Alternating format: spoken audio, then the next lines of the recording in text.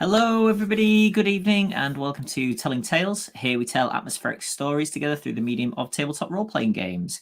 It is Monday evening, which means that we are playing the Masks of Nyarlathotep. We'll go into that more in a moment, but first let's do promo things. So other things that we do on the channel. Wednesday nights, although I think it's not on this Wednesday, unfortunately, Simba Room, and every other Thursday, the Yellow King. That is this week is an on week for that. Yes, this on Mondays. So links to loads of stuff below the stream. So Twitch if you're watching on YouTube, or YouTube if you're watching on Twitch. Our social media. Our Discord, which you should join and come and chat with us, and all the other people who are involved in the channel, and also our Patreon. So if you enjoy what we do on the channel, you can support us there if you so choose. So I'll do a quick overall recap. The group are in Peru, having answered an ad for an expedition headed up by Augustus Larkin. Lots of strange things have happened along the way. There may be fat-sucking vampires. That is still in disagreement between the different members of the party. There is a man who is either Jackson Elias or Jesse Hughes, depending on who you ask, who is a writer about occult things. The group have made it to their destination, which is a sort of lost pyramid in the mountains. And they found a pit of bodies in various states of, I was going to say disrepair, decay, I suppose, and have made their way inside the pyramid to have a look around. And potentially get some knowledge or riches, and hopefully survive. So without further ado, I'll bring on some of the players to discuss their current situations, characters, state of mind. Let's start with Jack, who plays Ted Hobbs. Hey, Jack. I feel like you're never on first, so I thought I'd ruin your evening by. Well, yeah, I was about to clean my glasses because they're a bit smudged, and then I was like, you can still. Oh, I don't want everyone to see without my glasses on. That'd be embarrassing. That'd be like everyone seeing with no clothes on. Remind us of Ted, please, a character and his current state of mind. Ted is a photojournalist from Nottingham. I don't want to speak for the rest of the group, but I think out of everyone, he's dealing with everything the best, and I think that's mainly because he doesn't believe any of it. So he believes they're probably dangerous people and they're a death cult, but he doesn't believe any of the supernatural things. He thinks there's a rational explanation for all of that, whether that be exotic parasites or just strange customs in another country. So yeah, he's eager to find out more about this. He's a little bit peeved off at Larkin, actually, and I think he sort of expressed that a little bit, the thing in terms of asking why he would book an expedition to a pyramid and then suddenly develop claustrophobia, or already know he's got claustrophobia. But other than that, he's fine. Cool, thank you. Let's bring on Steve, who plays Edwin Price. Hey, Steve. Hi, Jonny. Little recap on Edwin and his current state of mind. Sure. Why are you smiling? I don't. Edwin's a lawyer. He answered the advert to this expedition because he was encouraged by a good friend who is also who is an explorer, not also an explorer. The friend, anyway. I got deja vu to last week. That exact same thing. I did the same thing last week. Yeah, that was weird. Yeah. So Edwin is here, a little bit unsettled by the various weird events, and it has to be said, numerous corpses. There have been many more corpses on this expedition than Edwin was thinking he'd see. So he's been getting increasingly sort of paranoid about people following them and Larkin being just generally weird. But he's come to a realization that he was just being paranoid. It's all fine. Let's just get on and see what this pyramid has to offer. Cool, thank you. Let's bring on John, who plays Merritt Barton. Hey, John. Hi, Jonny. How is who and how is Merritt? Wherefore art thou, Merritt Barton? The Who Merritt is a linguistics researcher / languages tutor from Leicester, who came here in capacity as a translator, mostly because he picked up like a momentary hyper focus on one of the indigenous pre-Columbian languages, and decided to just go to Peru, because that's how you study a language in the 1920s. Apparently, just go to the country. And as for the how, he's a little unsure, partly about the pit of bodies. That's quite worrying. But also, he kind of has had a bit of a revelation recently that, because he's still not entirely sure how he feels about the whole supernatural element of this, but there's a proof that there are parasites and that people infected with the parasites might start acting strange. So he's kind of feeling like that means that the people who are infected with the parasites might be innocent victims, which means we can't just kill them in their sleep, like certain people were suggesting, which I feel could cause a problem and maybe get us all killed. Cool, thank you. Great. Let's bring on. It is interesting to have a moral quandary around the baddies. So yeah, cool. Let's bring on Justin, who plays Mr. Farwell. Hey, Justin. How is Mr. Farwell, and who is Mr. Farwell? You're muted. Goodness. Mr. Farwell is a welder from I don't know, Staines or something. I can't really quite remember where exactly what he's from. Reading. There we go. And he is married to a character who'll be introduced shortly. A true mystic. And they're along for the ride, and currently they're underneath a temple of some kind, full potentially of either murderous people or blood-sucking vampires, and like piles of corpses. And it doesn't have, with those things pressing on either side, doesn't have a lot of time for moral quandaries, like, and has a lot of time for not being killed by vampires. Cool.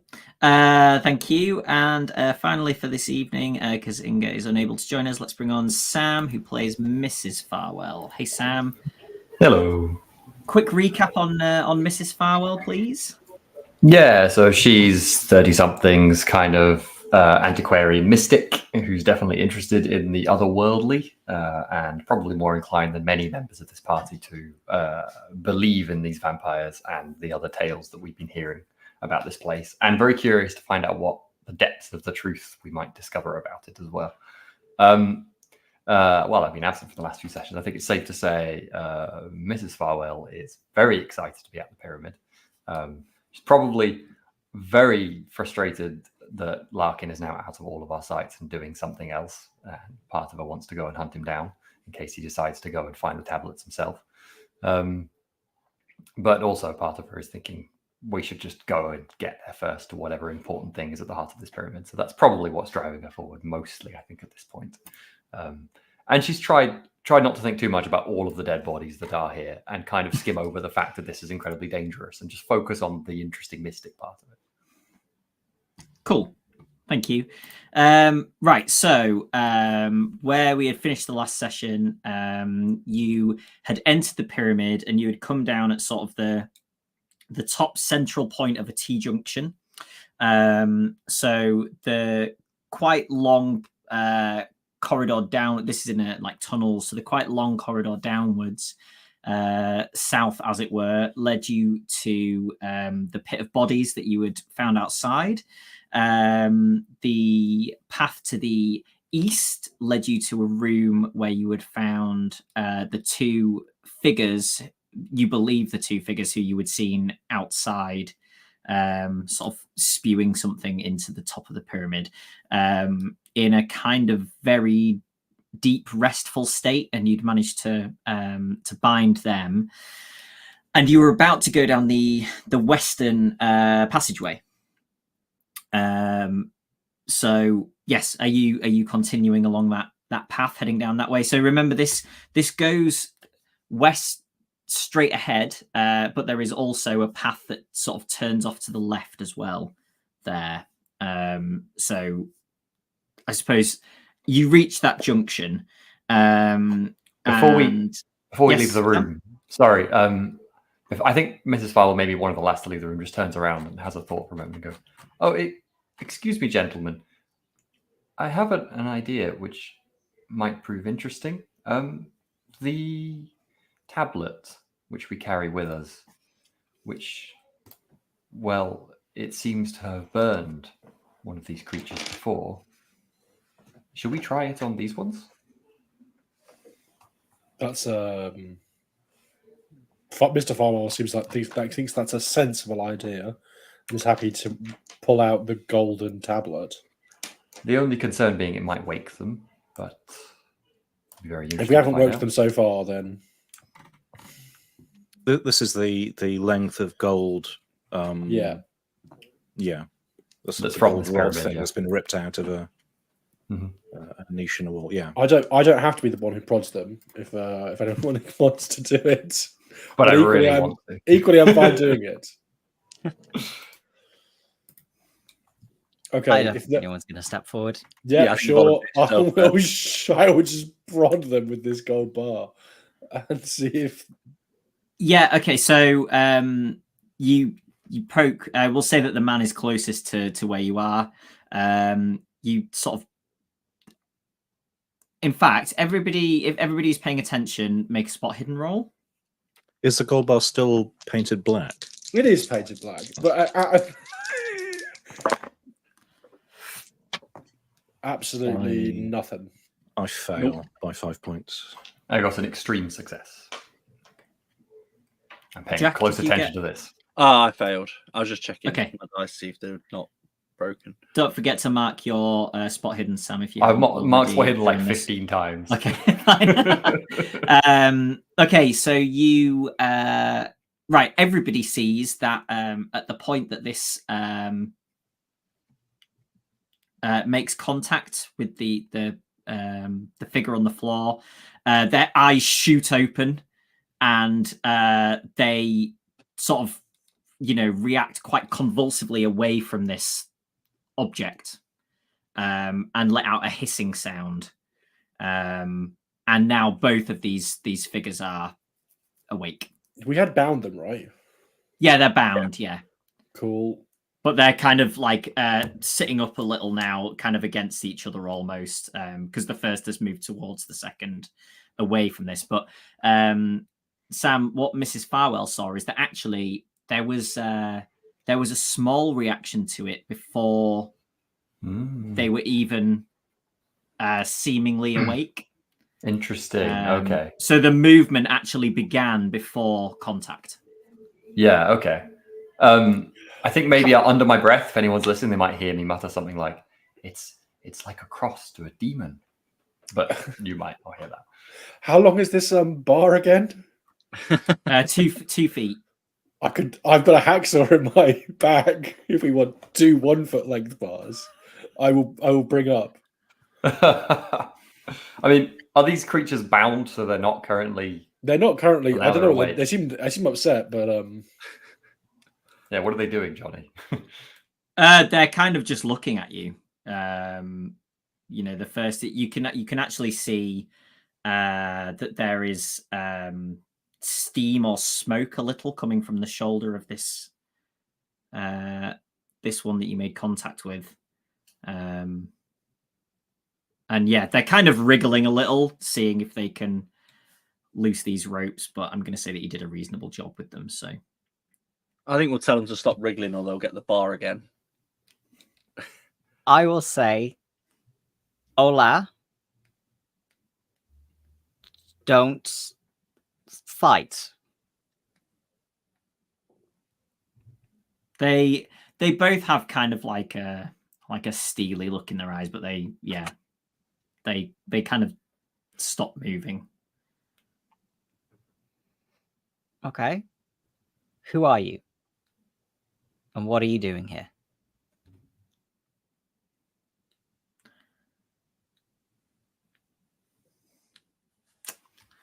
Make me some kind of roll, John. Swade?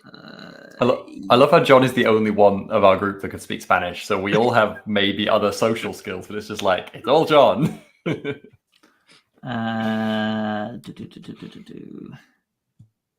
I tell you what's a social skill that is true in any language: hitting someone with a gold bar. It's more of an anti-social skill, really. But I think it might be quite persuasive. Hit with I think gold it's probably bar, going to be points. persuade. Yeah. Okay. That is a success. Just but a success. Okay.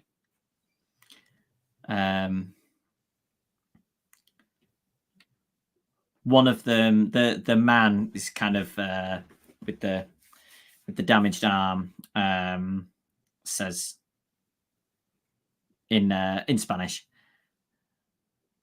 "Feeding the father," and then the other one kind of elbows him. What? I translate that to the group. What does that mean exactly? The woman kind of hisses at you from behind him, like leaning her head over his shoulder, kind of quite a guttural.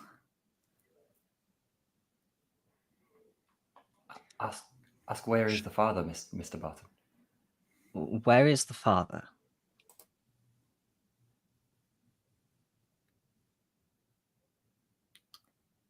Within. It's the woman. And what is the father? He is all of us.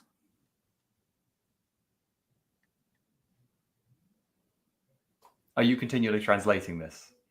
Yes. Okay. And then I will say in response to your translation, but most of him can't get out. He's trapped by this, and I'll point at the bar, but you can translate as you wish. Yeah, and the father can't leave, can he?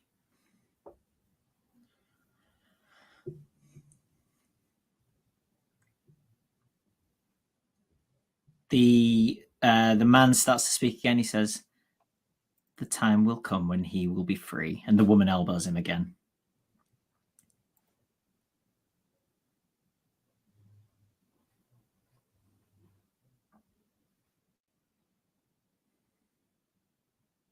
But you can't free him, can you? How would he get out? At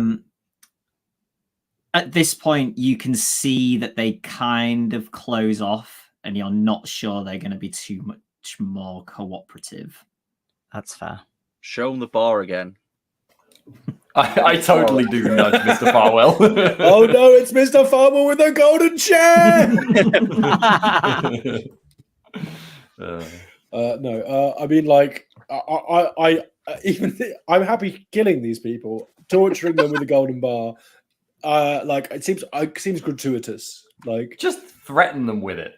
Oh yeah, I like this conversation is happening. Yeah. Just do as they're clearly terrified of it. Is you don't actually have to, but at least make threatening motions with it. I am the bard, Mr. Hobbs. Everyone's so full of advice. It's interesting. Yeah, exactly. I think I'll say something like, I don't want my friends to try violence, but Can I try and I intimidate roll cannot control them. with all of 15? Yeah, you can try and intimidate roll. I fail. Okay. Yeah, That's not intimidating, fella. Nobody notices you doing anything at all. from yeah, from their sort of tone of voice as well, the way that they speak to Merritt, it comes across as almost like the kind of religious fanaticism where you I could torture them for days and I wouldn't get anything other than what they want to give me. So you're pretty certain once they've stopped, they've stopped. Yeah. I mean, Ted doesn't actually have it in his heart to actually torture these people, which is probably why his intimidation failed. They could clearly see he was bluffing. Well, Farwell put points in intimidation, but he's just decided not to use them. Yeah, I mean, if we think they're relatively secure, I'm happy to move on. I will again offer, Axel, two gold bars are better than one gold bar. I think we should keep it intact. Okay. What if breaking it? All right. Because this being broken in the first place might be what caused this problem. Okay. I'm just gonna guess. I'm gonna go with the skill to hit someone over the head with a gold bar is fighting brawl. Oh, is that what you go? I'm just curious. Okay. I think it probably is. Never mind. Let's move forward. I've got the gold bar. Someone else got the thing. I've got it in front of me like a fucking lightsaber, and there we go. Let's go It's down funny this because tunnel. I remember it being like quite thick, right? It's not just like a bat, so it's quite a hefty. It's a hefty thing. Yeah, I forget how much it weighs, but it was. We don't need 10 pounds or more. Give me a I moment. don't know what that is in and I kilos. I think we compared what the actual weight of a gold bar of that size would be to what this says in the book and found that there was a certain discrepancy in it. Yeah. So it's about 2 feet in length, 3 inches wide, and 1/3 of an inch deep. So it's not. I think if we keep talking about this quite much thin, more, yeah. we're going to start asking if Mr. Farwell knows how to handle a weapon of that size, and we descend into absolute madness. Yeah. I believe Mr. Farwell has hit someone with a plank of wood before. So I was going to say that is correct. That's correct. It is actually very similar in dimensions to a 2x4 piece of wood. So just almost significantly heavier. Yeah. Okay. Share this layout again as much because Sam hasn't actually seen. There you go. So that's where you came down. And then over here is the chamber that you have just been in. Down this long corridor, that is the pit where the bodies are. And then this direction is where you have yet to go. So this carries on further down that way, and then there is a turning off that way that you don't know where it goes. I like how everyone so far has been far too polite to ask what the cross in the box. Oh, I can tell you that. So okay. So that's just another one of the chimneys. Okay. Above. So this one doesn't have a cross because it doesn't have a top on it. Oh, because it came down. Yeah. But thank you, yes, for the. It's not a pit trap then. Only if you accidentally open the top and fall in it, I suppose.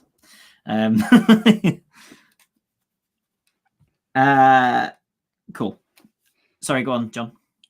So let's go down the third tunnel and, following Mr. Farwell's method, take the first left.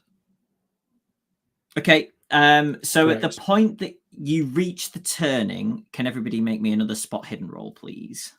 Can I linger just slightly, Johnny, once the noise of the others has gone, I stay perfectly still and slightly out of sight round the corner from where the Karasiri things were. But I'm listening to see if they seem like they're trying to follow us or if they're stationary, just for like 30 seconds.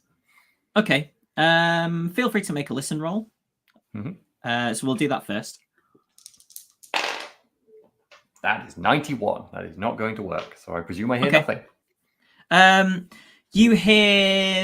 You do hear little muffled voices, but you don't hear any sort of movement particularly. Other than I tiny really little want to. shuffles. I really want to hear them, but I don't think a push here wouldn't make logical sense. I don't think. I can't think Blow of any your risks. eardrum.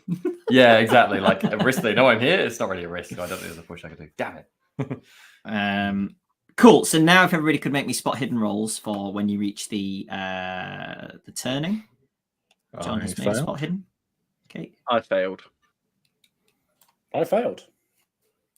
Sam, I won't make it because I feel like I was catching up. Oh no, it's fine. Yeah. You can still make it. That's fine. Please.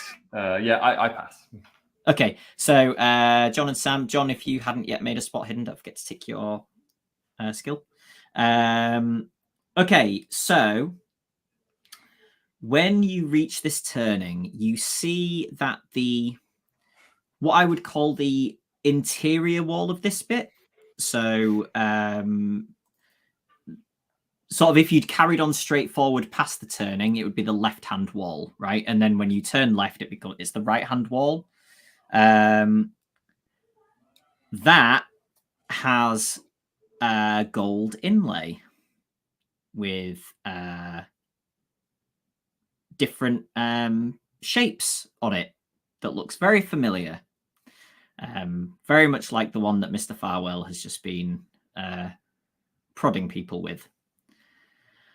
And this continues around in a continuous thing that makes its way around the corner and spreads out of sight in both directions from where you are here. Only on one wall, is that right? So let me reshare for you. Just Sorry.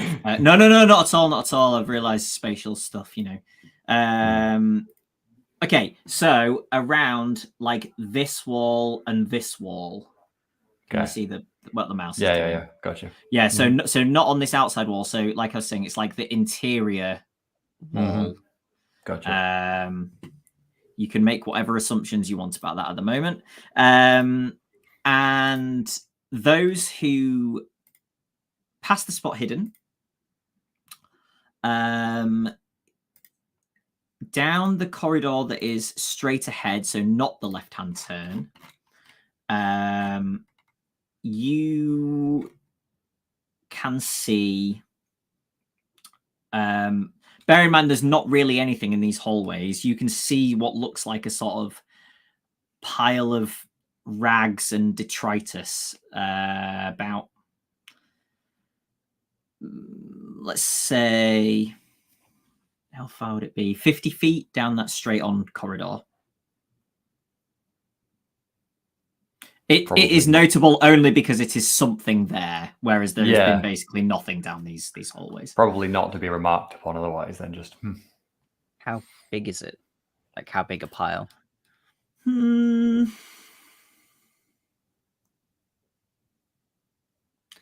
If you had to say a size, maybe about the size of a person. Yeah. That's if you were picking an object to compare that's what I it knew to you were in, going to say, in John. dimensions, yeah. But you can't see, you can't make out much more than a sort of rough size and shape, and that it's sort of like rags and sticks maybe and other bits of. It looks like there's something down there. If you don't mind us breaking from your pattern, Mr. Farwell. No. Thought it was just some rags or something, but I suppose we could. No real indication one way or the other. Could be something our friends back there have left behind. Why are we here again? What are we trying to find? At this point, I think we're looking to find what the It the could be father one of is, aren't we? those. It could be another one of those people, and frankly, I would appreciate if. Oh, never mind. Let's go. I'll happily make my way over to the figure with the gold bar. I hope everyone else has drawn their weapons or some other thing that will help in this situation. But that's them. That's their characters. I've got my umbrella out. Thank you, Dan. Jackson draws a revolver and says, "I've got you covered, Mr. Farwell," and starts to move forward behind you, but That's nice. At That's a little appreciated. distance. We'll also move forward with you. I'm carrying an electric torch, I believe, so I'll be sort of illuminating the the spot as best as I can with an electric torch from this particular era. I think X-Files it probably isn't. That's probably pretty good. Well, it'd be better than Right. nothing. So. Right, let's go over to the rag pile and prod it with the golden bar. Okay, so as you get close to it, John and Sam, Merritt and Mrs. Farwell. John, you said Merritt's going up as well. Yes. Are you reasonably close to Mr. Farwell throughout this? Emotionally, or How wide is the corridor? Oh, wide enough for you could fit probably 4 people walking side by side down it. So there's no. Okay, then I will be alongside Jackson, who I assume is right behind Mr. So yeah, I'm right behind Mr. Farwell. Okay. Basically, if the person is someone, or if the pile of rags is a person who needs to be talked to, I would like to talk to them before they get shot. Okay. So once you get within about 20 feet, you can see that this is a body wrapped in what looks like sort of wool and cotton that's decayed. But you can't make them out to be any particular garment style or anything because they're so sort of old and tattered and decaying.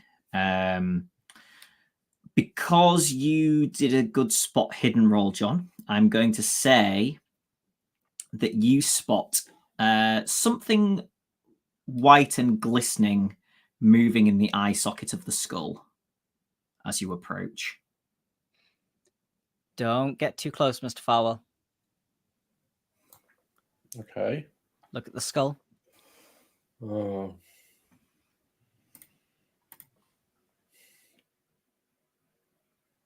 Have you ever seen anything like that before, Corporal?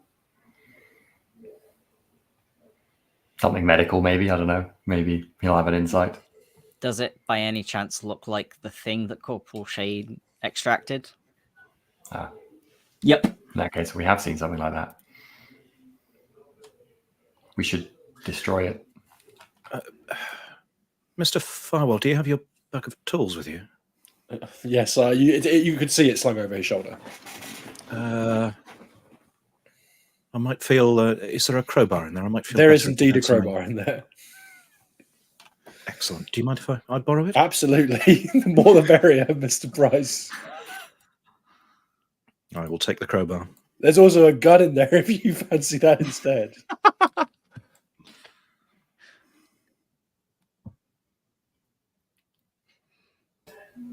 I think that is a difficult.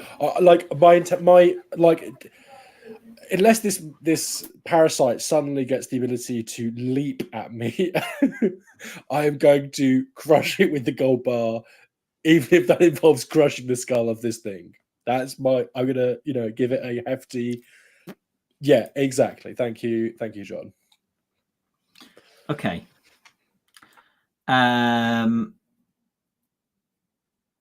Can you, Justin, give me 2 rolls?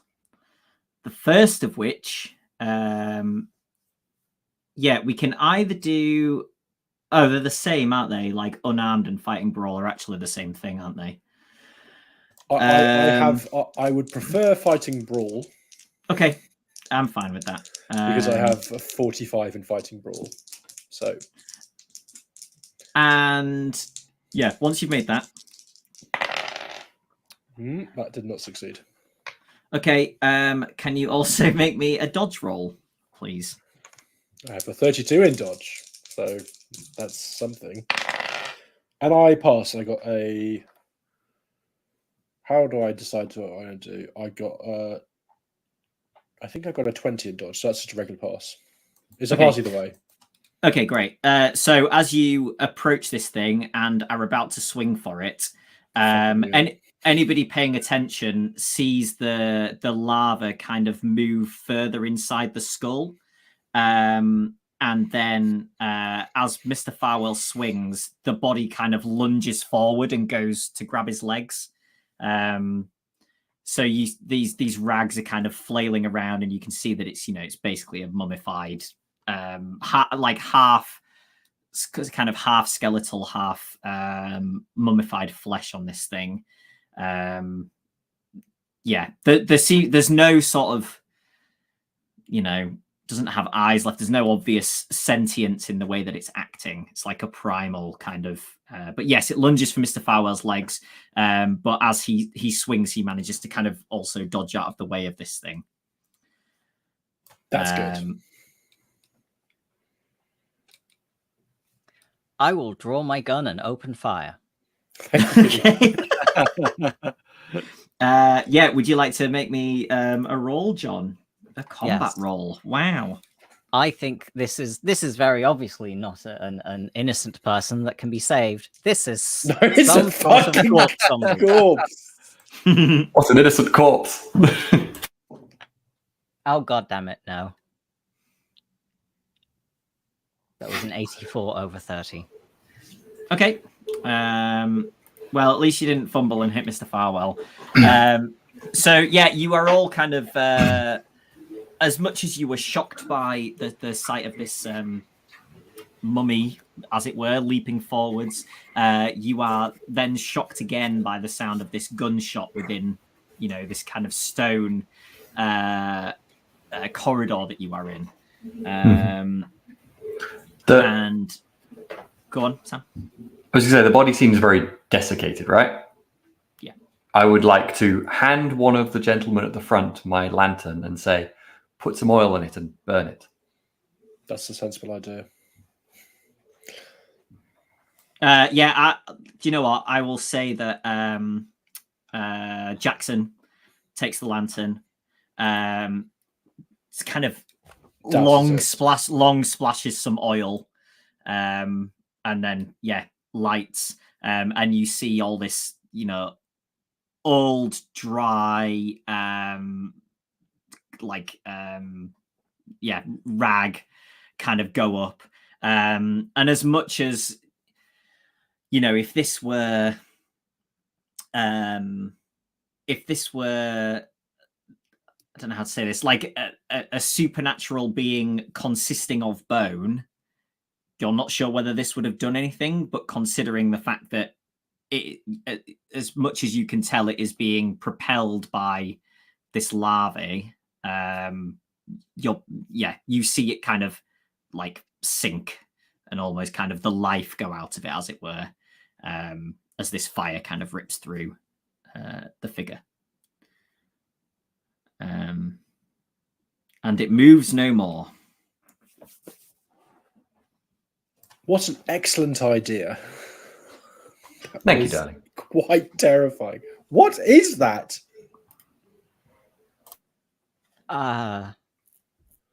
Corporal Shane? No, he stood here. Yeah, no, we got him.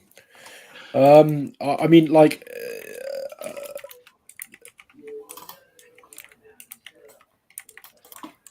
I think it seems safe to assume that whatever those things are, the creature larvae infesting them is, it is what controls them, maybe. So perhaps even the ones who still look like people are the same as this one, puppets for that thing.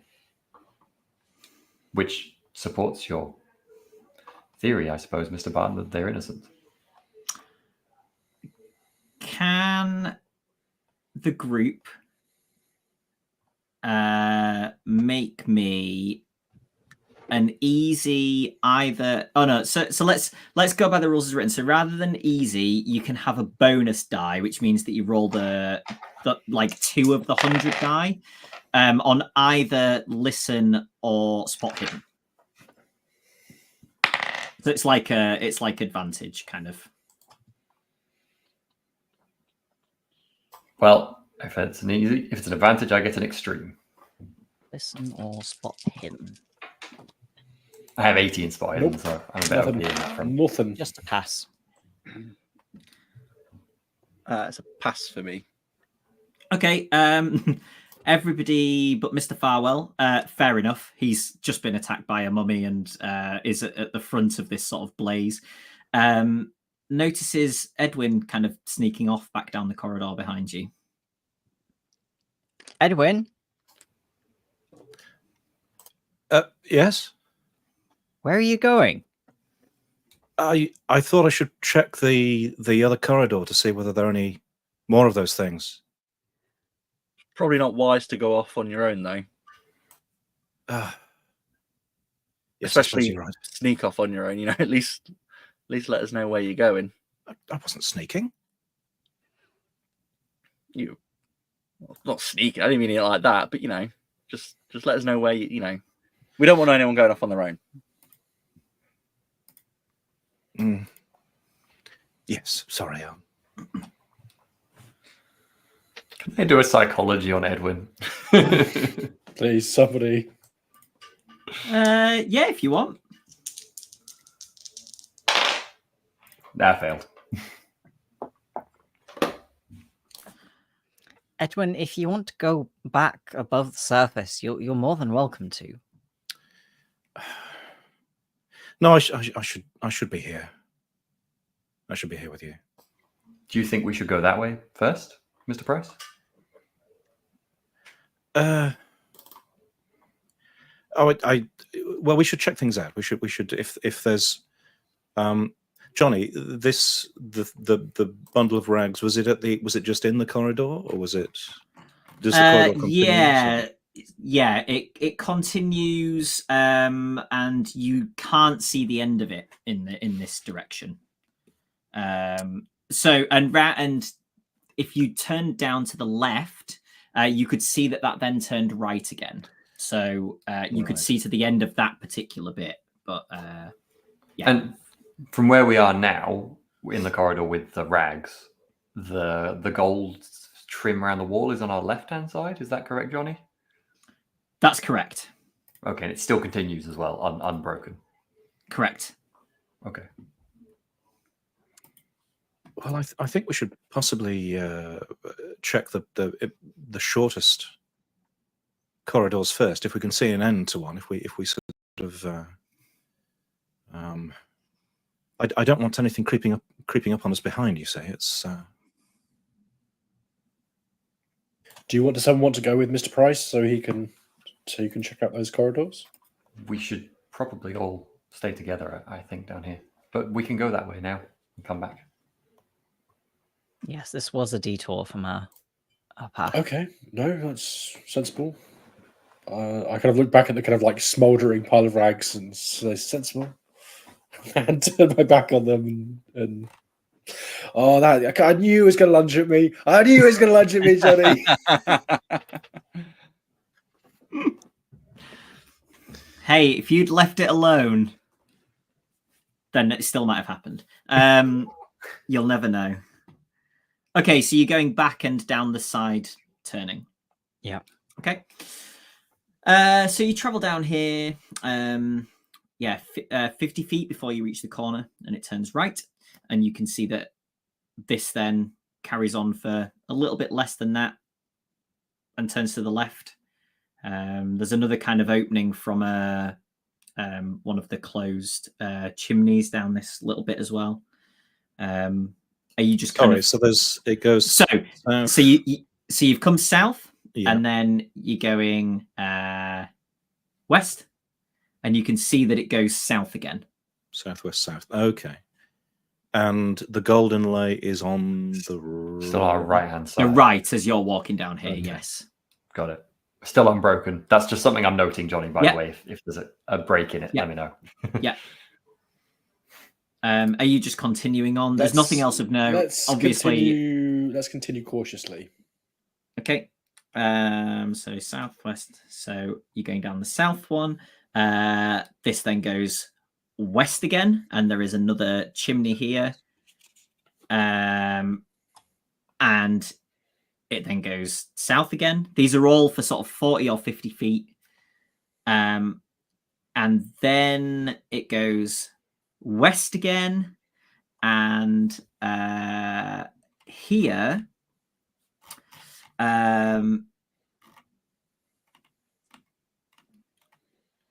you Realize this is a really notice- bad idea. as you kind of turn this corner, you note a horrible stench of decay as you round this corner. And you can see ahead of you that there is you would guess from here, though you can't be certain, that there is some kind of hole in the floor which looks to be filled with, Edwin would probably say that it looks like what was spewed up into the top of the pyramid.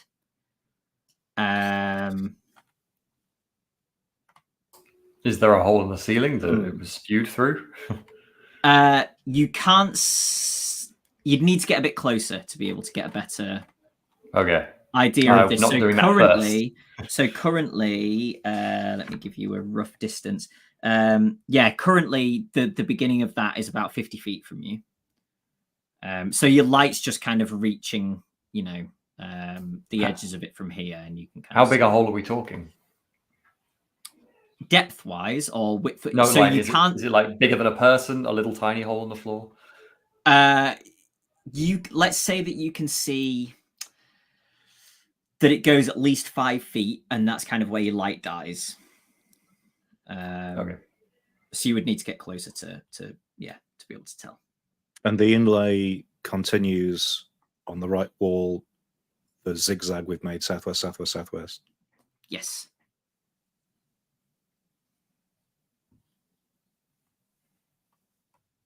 You can't see whether or not it continues all the way down this wall. And, I imagine that some of you would wonder if perhaps this might be where a break is, where this piece has come from, potentially. Could be. You're not sure.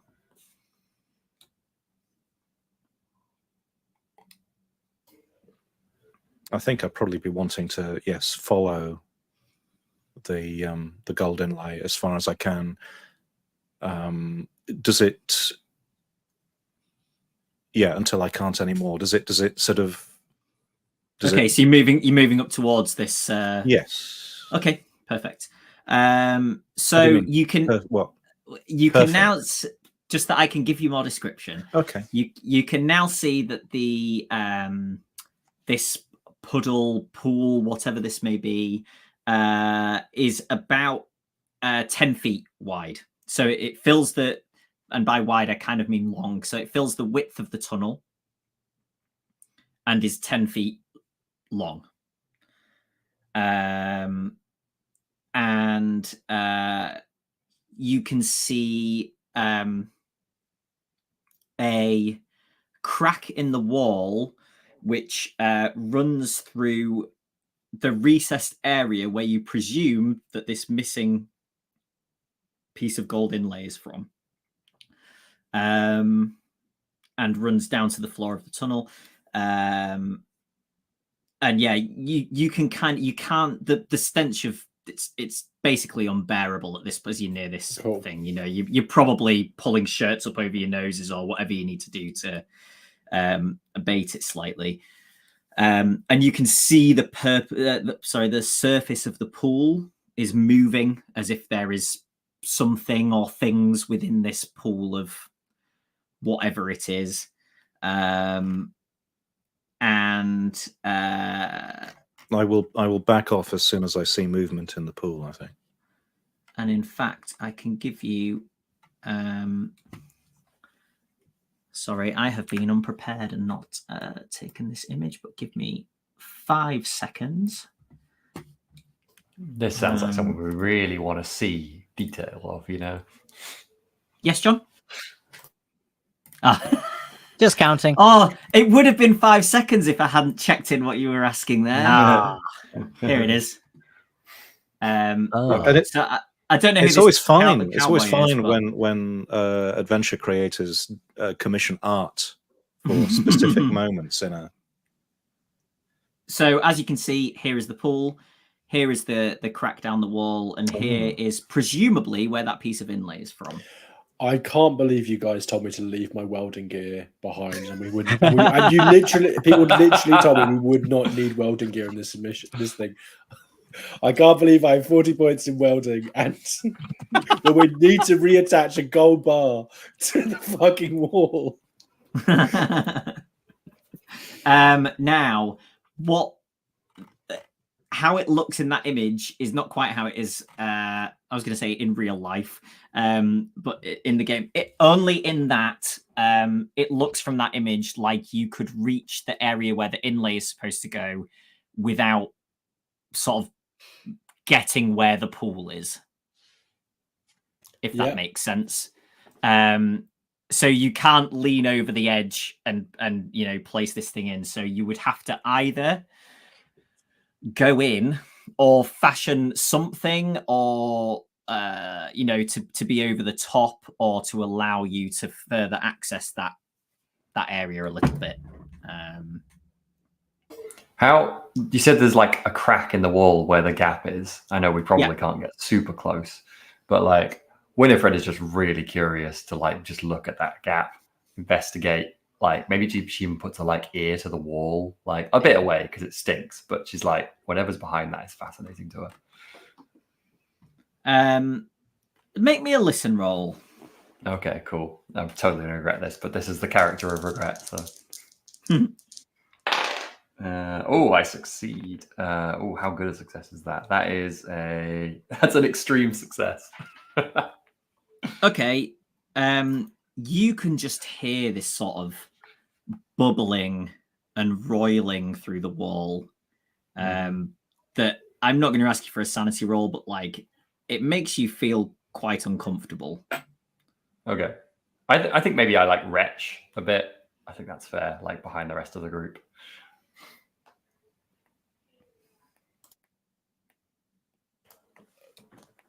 Okay, I'm curious. Does this liquid burn?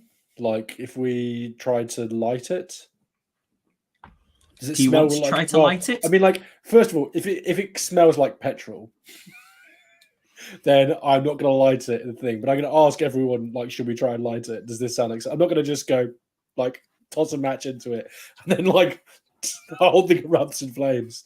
But I mean, like, should we try and burn it? Like, first of all, are we all in agreement? What we need to do here is return the tablet to that location, correct?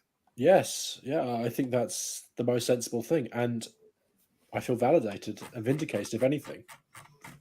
Everyone else agree? Yeah. Yes. If nothing else, it appears to be structurally important. Mr. I Price? will also just share for you again. Sorry, I won't say Mr. Price in such a leading way because I didn't succeed in my psychology roll, so forget I said that. So just because I would looked in the sort of- chat and saw you discussing the directions, this is Oh, the yes, path thank that you. you've taken, Brilliant. and this is where you currently are. That is incredibly helpful. That seems like it would I really want to be- know what 11 says. No, you don't. You don't. Just We throw don't a, wanna know. a We don't non, wanna just a know. player perspective, you know. Don't want to Uh, Was there anything back in number 10, basically, the sleeping room, that could act like a board to put over the ooze? Oh, okay. Anything long There and were mats, but Stack mats on top of each other. you could stack decaying People. bodies on top of Yeah, each no, other. I was thinking That it, but paraserial. I didn't think it would. I didn't think it would fly. Really. let's So- deal with this putrid essence by piling decaying bodies on to climb over. I mean, look, we're all metagaming. None of us know that the big pile of liquid that we're not supposed to step in is something we're not supposed to step in. I mean, I think we do as characters. I think we probably Sure. get It's- the feeling this is not Jonny, it good is- stuff. It is. It's a similar sort of fat-like substance. You know, Yeah. yeah. I mean, it looks disgusting, whether or not it's corrosive or anything like that. It looks disgusting and it stinks. So Yeah. that's enough, I think, for most people to go. Yeah, I'd rather not step in it if I didn't have but yeah, but Firewall doesn't. Firewall's, you know, I don't think Firewall's that you know. Considered. I get even a Um, hint go ahead that Mr. Powell is thinking of doing that. I will definitely strongly try to stop you. Okay, then I'll take that hint. John, in answer to your question, in that room, it was just kind of piled high in the corners and kind of spilling out of the corners with like gold stuff. So like trinkets and coins and jewelry. Not really anything of any substance in terms of size to create something.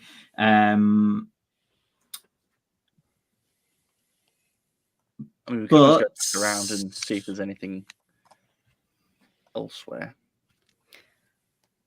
We could also always go above ground and either see if there's anything in our packs or I mean, we could fill the whole thing with sand. We just, you know, there's like big heaps of sand everywhere, isn't there? Or like dirt, or piles of dirt. Or what was the? But I personally, I mean, what if there are more of those followers? How long before we get trapped down here with more of them? Exactly. I think we need to do it now if we can. I think we're very fortunate to have made it here relatively safely. Do you think it will burn, Wilfred? I think I mean, like, let's try. Like, if it, like, that's basically where I'm at with it. I mean, like, if there is a vampire in there, which I'm coming round to the idea of, I won't mind, like, setting it on fire. Surely is a brilliant service that we could be doing. Mr. Farwell, you could try the gold bar, seeing whether it reacts. Yeah, no, I'm fine with that. I can find prodding this with the gold bar. I'm going to start. I'm going to take to like wearing my. I've got like a pair of like rubber electrician's gloves. I'm going to like put them on like, and then I've got my gold bar, and my rubber gloves, and I'm going to prod the weird liquid. And I feel comfortable about that. Mr. Hobbs, before we do anything destructive here, make sure to get a photo of this spot. This is very significant, I think. Photograph, I would say, wouldn't I? Before we potentially burn it down. That seems like Yes. a good idea. Yeah. The liquid 14. Justin does Mhm. nice. The liquid does not seem to react to Fire. the bar. No, to the bar. Okay, Yeah, the you bar, were doing yeah. the bar. were Okay, you? yeah, if that prods. In that case, I don't know. I'm going to try and fight. Like, yeah, go on. Please, I'm John. going to take my hand trowel, scoop some of it, move it away from the main pile, That's fine and with then me. say, burn this first. Yeah, I don't have a hand trowel, so I I wrote down that I suppose we have a could- shovel, and I'm uh, saying it's Yeah, the no, travel I like it. I'm a welder, but I don't have welding tools. Like, and I'm not yeah, a let's, shoveler. let's do that. Does that work, Johnny? We try. We are scientific beings, and we are. So you're getting conducting close experiments enough to the ooze to take with a a hand trowel to take a scoop of ooze. I imagine it more like I want to call it an entrenching tool, but but that's It's the ones like Not about A that small long. shovel. Yeah, a small yeah, shovel. like a foot long. Sure. Okay, not Mhm. like a Not like a bricklayer's garden. Not also- a gardening. No. Yeah. I love how now Steve's character has been slightly manipulated some way. Every time Steve said something, my brain was just like, and Price is thinking, should I push him? We're close enough to be pushed in. That's what you're saying. Really? No, the GM part of my brain was wondering whether anything would leap out at him. I wasn't thinking of pushing anybody into. Good God. Okay, What's the result You- of our experiment? you get that. You move it away a little. You obviously kind of, holding your nose as you're doing all this. It catches light remarkably easily. Could you make survival rolls for me? Everyone, or just Anyone who is closely paying attention to this experiment. I am doing that. Probably am, yeah. I rolled a 3 on the survival roll. Oh, I failed horribly. Oh, there it is. I rolled a 2. Passing on the 10%. Don't forget to tick survival. Oh my God. Yeah, that's a good Wow. tip for a 10%. Yeah. Oh, Somehow ticking yeah, survival doesn't make me feel like. Is that Survival has to have a extreme- specific type. I don't have even a type for survival. Oh. Survival Can surviving being like underground goo. explosions. That's what I've got. Survival, none, which is probably our party's chances here. I don't think it has to have a specific type. I think you Yeah. can have a specific type. GM's discretion. And the base is 10. Yeah. Mhm. Cool. So this gives off some black smoke, which you might expect from burning fat, but you think that if you lit that pool, it would go up incredibly quickly and generate a lot of black smoke. Yeah, this was already kind of vaguely something I was thinking about. I think that, but we have luckily for us, we have many options. I think lighting it is a good idea, but not while we're in here. I'm happy we could. I haven't got any fuse, but I do have. We've already thrown some lamp oil. I do have a spare bottle of lamp oil. We could make some kind of trail, and Or we make a disgusting trail with the fat. yeah, I mean it's an option. And No doubt about that it. would burn the substance, but we wouldn't be able to get in to repair the trimming. We could come back Once after it it's burned. eventually it burns out. It shouldn't take too long, a fat like this. I just think that. I mean, you're right. What we could certainly do right now is place the gold bar over that gap. We don't have to do any burning. Just Oh. want us to get a little bit. Also, what's the melting point of gold? Because is there a risk of setting this on fire and the entire thing melting off? I don't think so. Don't think that's. I'm the- going think to it's say higher that than you that. don't think. Yeah, I don't think anybody Okay. thinks that's likely. Yeah, I think that the room, only the place covered in the wax itself will get very hot, and that isn't where the gold is. Okay. The rest of it will be Um, smoky and bad, but yes. Johnny, you described this as like dripping out the crack in the wall. Does it seem like it's pouring out such that if we were to light the floor, it would burn up the wall and through the crack? It's possible, but you don't think it's likely. This looks like a long-term. Yeah. Okay. I mean, you kind of potentially know the timescale. Like Mhm. if this has all happened in a one thing, then this is like 300 to 400 years of accumulation, potentially. Okay, got it. Yeah. So probably not. I'm not sure whether it would be positive or negative. It did burn up there. Just kind of interested. I mean, basically, I don't like it. Mhm. I Would think my we should- character know about physics and oxygen, and if we set a fire, how much oxygen will be depleted from the atmosphere around here, and is it sealed enough to? Science, physics too.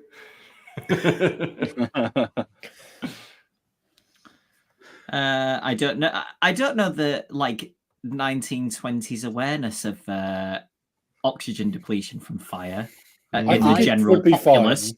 I think following the First World War, probably fairly high. I don't know whether Edwin served, but if you'd spent time in a trench, you'd probably have been given some kind of a talk about enclosed spaces and fire. Hmm.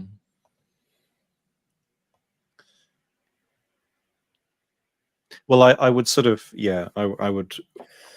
We don't need to do anything about this strange substance. We can just, like, we can place the wax over the top and hope everything goes fine.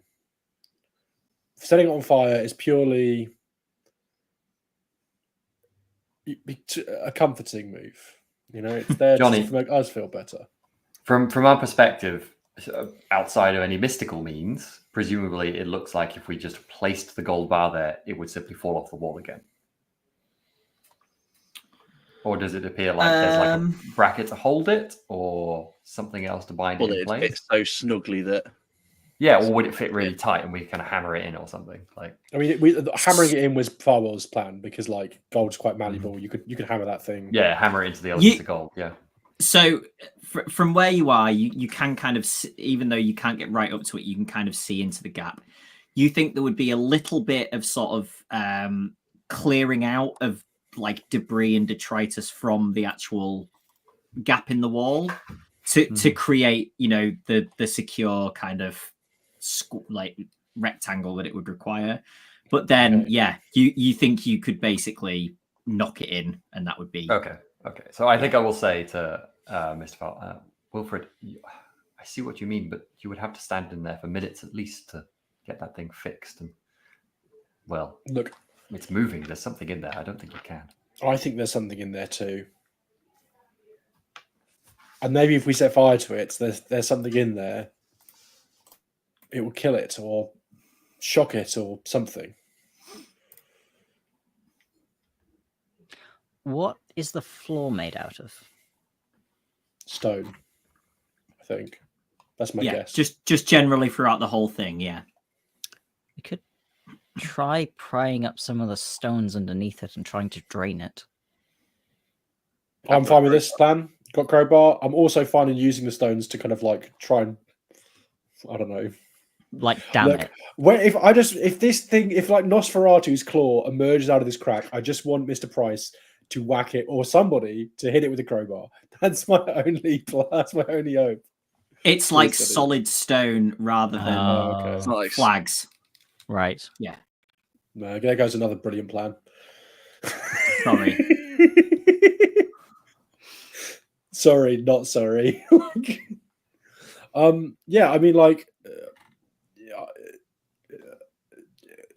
I'm not hearing any mass objections to this fire plan, so that's what Mr. Powell's distance for a bit. Yeah, let's all leave. We'll like trail the kerosene back out, or the lamp oil back out. We'll get as far away as we can, and everyone can go back up the rope, or we can at least stand outside the thing and go back up the rope. Leave it. Yeah, that's maybe give it an hour. You know, get to where we've got clear. We don't want to go back in there, mate. About our two prisoners, because we can't really leave them. We don't know how much smoke's going to fill up. They got in so they can get out. That's my view. I mean, they probably got in when their hands weren't tied. Well, look, there's nothing that prevents you from climbing a pile of bodies with your hands tied. That's a dark insight into Farwell's past. I mean, for what it's worth, Mrs. Farwell isn't concerned about them. I think I'd just like to get to the point where we can see clear air, and then we're good. Jackson says, I don't think it would take too long to clear. There is obviously the open chimney that we came down, that the smoke should find its way to. There's all kinds of vents, aren't there? We've seen them, and hopefully that would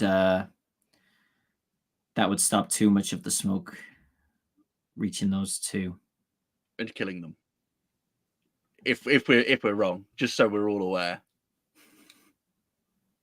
If they're human.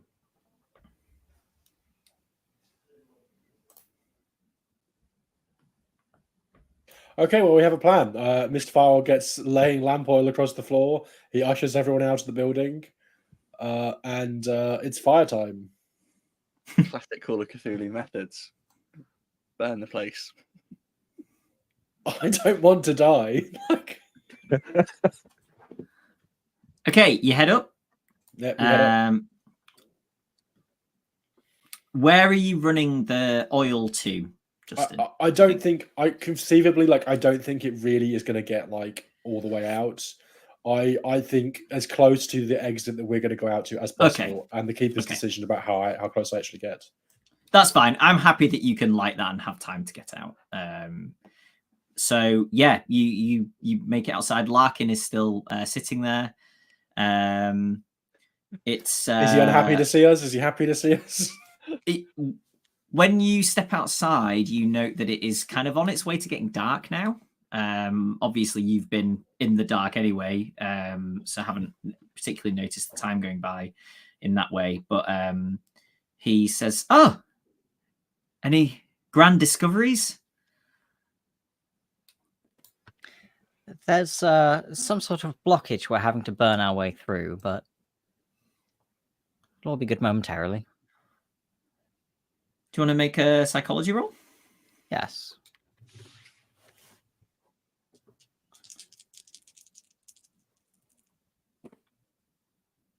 Ooh, oh no. 40 over 35. Nope. You can spend 5 luck if you really want to. I guess that Not depends on in a campaign.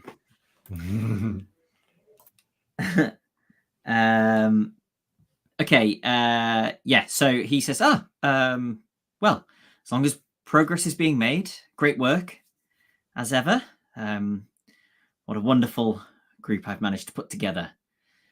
And you see him kind of go like that. And then if you turn, you see that black smoke is starting to come out of the chimney that you came through. I will be standing at the exit we came out of, wringing my hands nervously until Wilfred comes out. Yeah, he comes out before the black smoke starts. Yeah. Okay, good. Yeah. I probably still am doing that.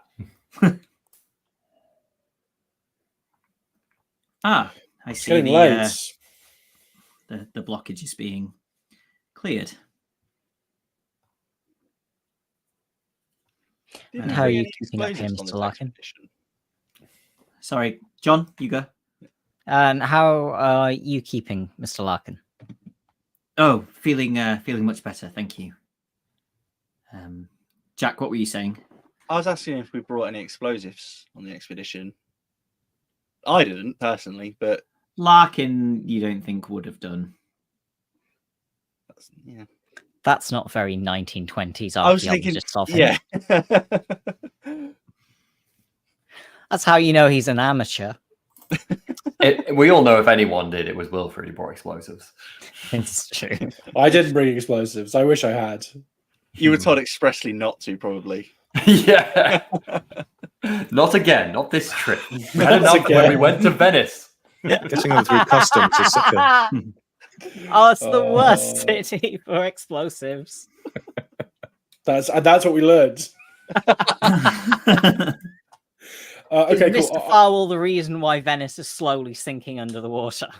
There used to be on a couple of islands. Shortly after the fire, to be honest, probably too shortly, I'll start going down and checking whether everything is clear. But I wouldn't mind if somebody accompanies me while I do this, in case I either get attacked by vampires or fall dead from the smoke. I will follow you immediately, but others can too.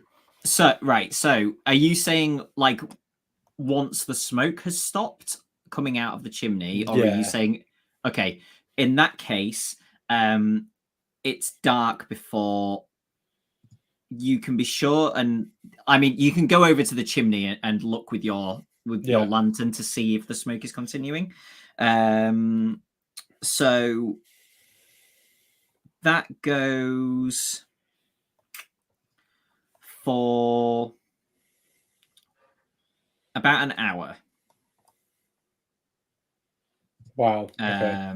And then it's kind of, it's still a little smoky, but it's kind of petering out to slightly whiter smoke.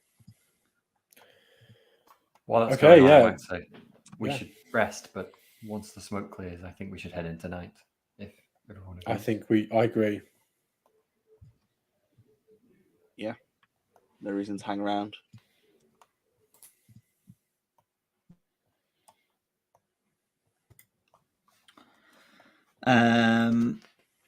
Okay, cool. Jackson, at the point that it's kind of mooted about going down, says perhaps we should make sure that we've had something to eat and drink before we go down there, in case we're down there for a little while. Could we have done that in the hour that we were watching the smoke, or? Yeah. So we'll say that comically, another fire is lit up here for you to create some food, and everybody make me some spot hidden rolls. Is Larkin just chilling with us? Did Larkin ever Yeah. tell us what his plan for exiting with all of us are? Like, how are we supposed to get home? Like, Oh, back the way you Walk came. back. Yeah, but just do we walk back. and the trucks are waiting, are they? They'll be coming back. You think? Yeah, I passed. I got an extreme success again because spot hidden is the only thing I do. I rolled 100. Oh no. Everyone who succeeded, you see Edwin kind of like eat his food and then put his plate down and kind of wander off. Start to wander. Where is he wandering? He's like, I'm just a crack to vomit into it. No, kind of back towards the chimney. Maybe he's just checking on the fire. I'm trying to think how suspicious I am at this point. You seem pretty suspicious in my books. You do seem I very do seem suspicious. I think I might nudge Mr. Farwell and like gesture. Oh my like, god. shh. We'll go like shh, and then just follow Mr. Price without saying anything, rather than trying to stop him. Did you expect me to follow too? Yeah, I was a gesture. I'm not doing this outside of everyone else. Just No, sure. I'll come follow. quietly.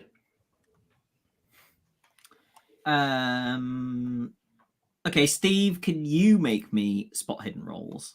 A spot hidden roll. Steve, you better mess this up.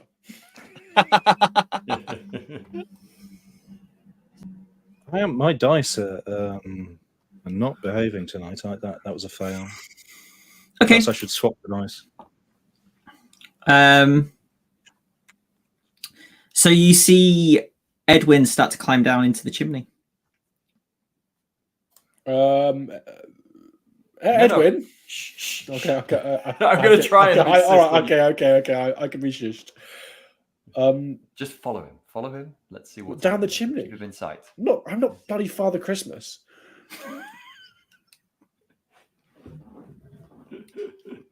I'm guessing I mean, we're he's all gone down the aware chimney of with it the now, rope. This is so- the chimney that we came in through the first time, right? Not like a. Yes, the one that smoke is Okay. still kind of billowing out of. Yeah. Okay, sure. I'll like. Okay, but bring Hobbs or Barton or Jackson or someone else. Have the others come at all, or have you? I think noticing this, Ted might actually just say something along the lines of, "Are we going back in?" To the group in general.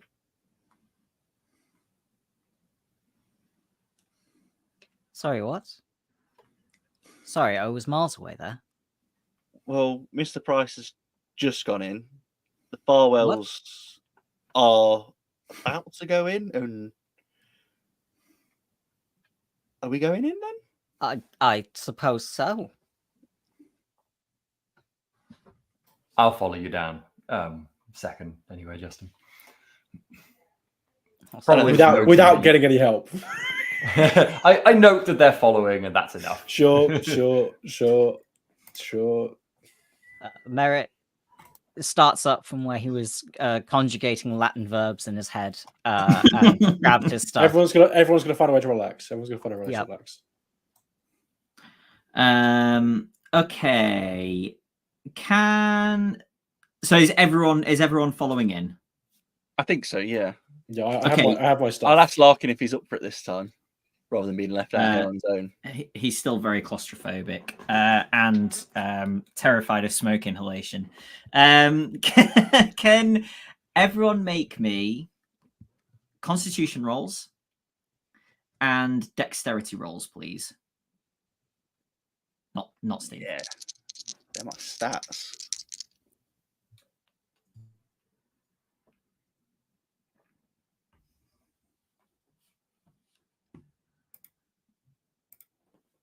And we want to fail both, right? What was the second one, sorry, I Johnny? sure hope so. Constitution and Dexterity. I Okay. failed the Constitution but passed the Dexterity. Ditto. Okay. I think that's the right way around. I wanted to do that.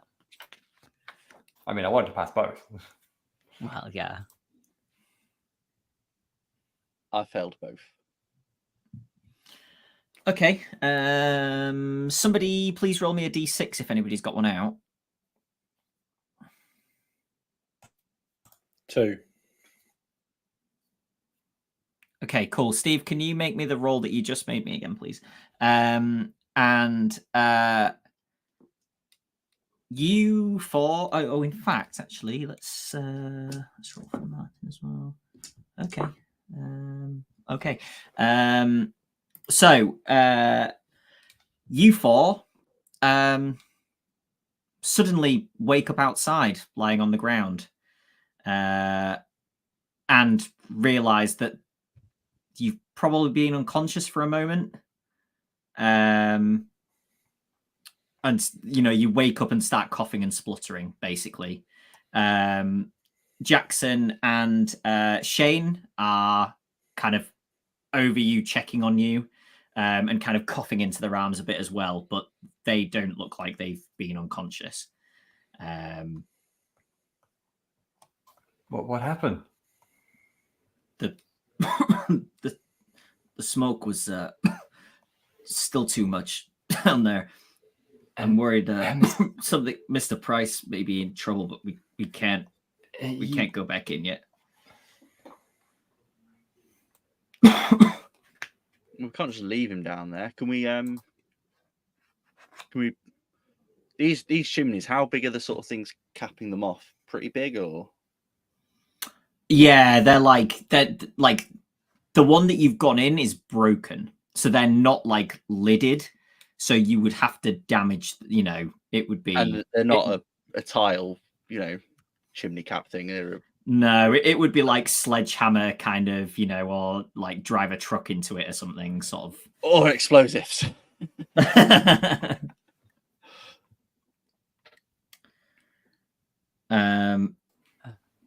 Why didn't I think to bring a gas mask with me to Peru? Shane says, I think if we were better prepared, we can fashion a face covering and try going back in. Take water with us. Wet the masks. Price went off again by himself. We have. What's he up to? Another roll, please, Steve. Okay, a couple of minutes of preparing. They basically tell you that you were only out for 10 seconds, probably throughout the whole thing, before they'd managed to drag you out.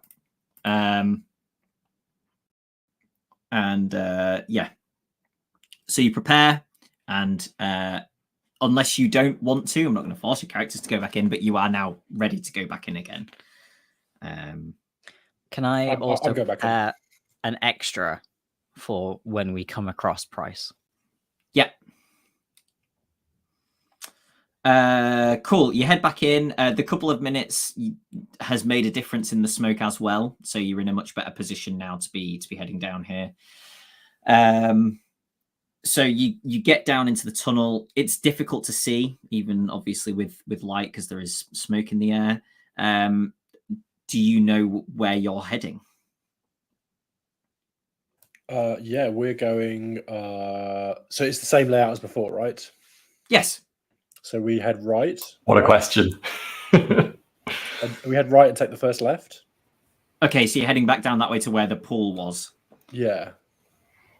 Left. Do to we take- kind of pass? Do we kind of pass by where the Karasiri were at this point? So where they would be like a The opposite direction, wouldn't they? yeah, they're east and you're going west. But Okay. it's very easy to poke a head in there if you wanted to. Okay, I will grab whoever is closest to me as I poke my head in, just to make sure there's someone else with me. I was also going to check in there. Okay, so it's Mr. Barton then, and just glance in there to see if they're conscious, still there. Bound up. They are basically very much like they were the first time you saw them. So they've gone back into their restful state, whatever that is. And of course, smoke rises, so they are, almost completely underneath the kind of the layer of smoke. Well, I suppose that's the best we could have hoped for. Better get on with the others. Yeah. Cool. So you work your way back round to where this pit is, and yeah, there's kind of just like a black, like tarry substance there now. All of the, the fatty stuff has burned away. And Steve, if you can make me another roll, please. You can see that this hole is about 10 feet. Oh no, sorry, about 4 feet deep at its lowest point. So there was a decent amount in this thing, which is why it's it's continued burning for a little while and generated so much smoke. But the wall area is now accessible. Is it just ash in there, or is there any sign of anything else in the bottom of this hole? Are you having a proper look at it? A look from a moderate distance, I suppose, at least. Yeah, you can make a spot hidden if you like. Since there's again no investigate or anything like that. That's a 2. So yes. Oh, all the okay. successes. Yeah. So you can see. You think there may have been maybe 3 of those larvae in this pool, because as well as this kind of black tar around the edges, which seems to be this, the burnt fat kind of thing, you can see, like 3 kind of shapes that look like they may have been those originally. Again, blackened. They're not moving. That was the conclusion I drew from before. Then I suppose I'm having a really close look to make sure there's nothing else dangerous, and they're definitely dead. So that's good. Yeah, cool.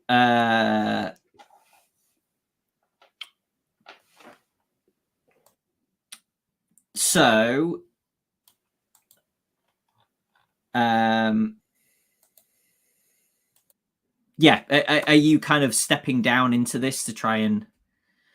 Yeah, I think Farwell, with his gloves, electrician's gloves on, is going to set the task. Like, basically, I would like someone to be kind of covering me with a pistol or a something. I'm aware that Price has got my crowbar, which I'm slightly disappointed by. Yeah, like basically somebody to watch that hole while I clear the space around it and reaffix this gold bar and start hammering it into place with what other things I have with me. Yeah. And I'm just going to get to that pretty much immediately because, yeah. And if this is me dead, guys, bye. Okay. So you get down into here and start doing things with this wall bit, and you feel what feels almost like a small earthquake tremor, kind of just as you make your way into this, where the pool of liquid was. And yeah, everybody kind of feels this tremor. And dust kind of falls from the ceiling. And yeah, things Cool. It stops after a few seconds, but certainly unnerving. Yeah. I will be like clinging to the side of you, half trying to pull you up until it stops. Yeah, I'm gonna. I'm not stopping doing what I'm doing. I think this is a very important task, so I'm gonna get to it. Again, I would like somebody, and no one said they're doing it yet, to be covering me during this process. I mean, think presumably we'll Jesse probably Hughes keep an is if eye he's here. Like, I'll cover. Thank Or you, Jackson Mr. Elias. Barton. He's here, isn't he? Like, if just to record my last words. He has his Jackson has his Cool. gun out. Cool. Right, yeah, I'm gonna start like again trying to affix it into place somehow. That's me. I'm doing that now. Okay. Are you trying to work quickly? Yes, and I'm happy to use the mechanical repair skill which I invested in to try and do this, as I think this is some kind of mechanical repair. Sure, That's make me a my mechanical argument. repair roll. I have a greater than 50% chance of passing this roll, people. Mechanical repair to bind an eldritch being. Love it. Yeah, I got 36 and I needed under 52 or something, or 55. Perfect.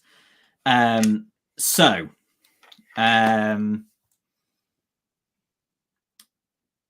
Edwin appears around the corner that you had not come around. Not surprising. And you also hear footsteps from behind you the other way. And I'm assuming somebody will turn and look. Whoever turns and looks sees a familiar figure. Luis de Mendoza rounds this corner.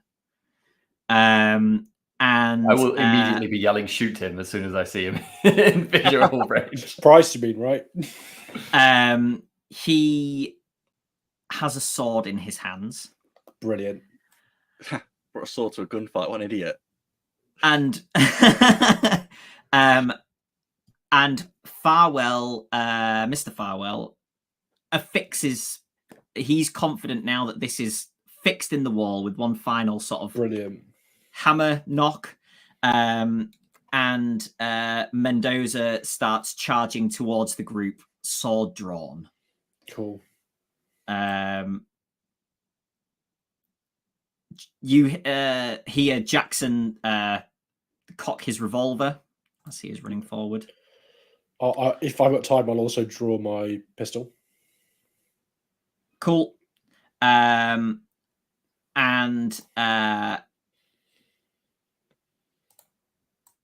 Jackson takes a shot. And what almost looks like an explosion of sand happens as the bullet hits him, removing a large chunk of his shoulder, and his arm falls to the floor, and then he staggers a couple more steps forward and then disintegrates. Is that Mendoza or Jackson? That is Mendoza. Cool. Good to clarify. So that was Edwin Price.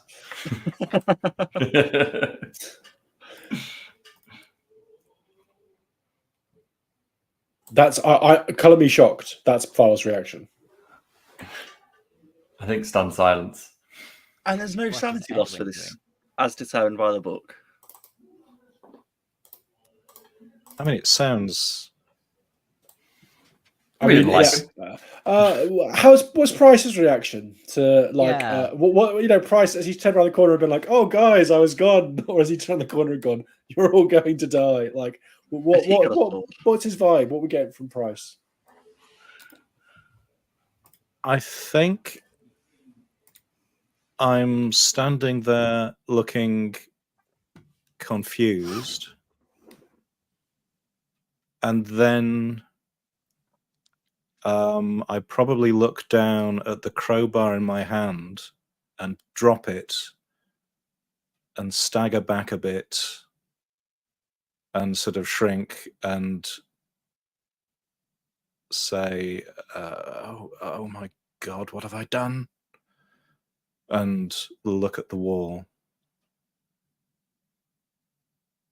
I might retreat Right. around the corner a bit to do so. Everyone turns back towards Price, I suppose. No, Is I mean, the sword still on the ground, Johnny? yes. Yeah. Teddy's going to grab the sword. I'm going to basically run towards Edwin Price. I'm also going to run towards Edwin Price. Okay, so I'm- down into the pit bit and I'm not going over. anywhere. I'm staying. I'm leaping put. over as best I can, yeah. I'm going to run to Edwin. I'm also going to grab the crowbar out of his hands.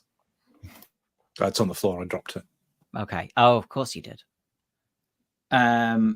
So if you catch him up, and Steve, I'm assuming Edwin has gone back to where he was working away. Yes. You'd basically a section of the gold inlay is damaged but not removed. Basically, is what everybody else would see when they get there as well. Damaged but not removed. I like that. What on earth possessed you?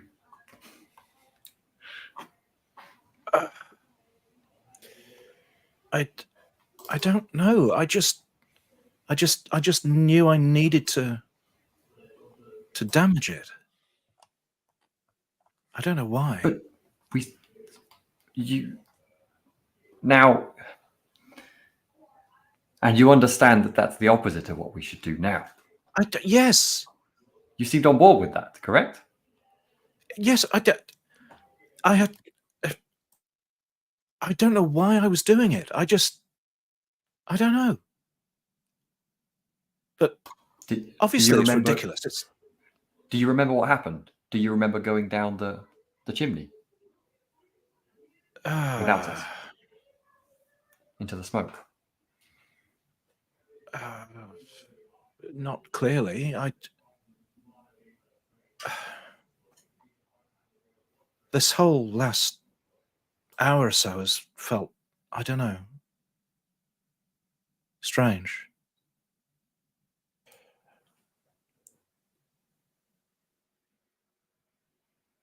How not that I'm there, but if I were there, I would want to ask how badly damaged this golden section is. But I don't know if that's apparent to the people who are standing around.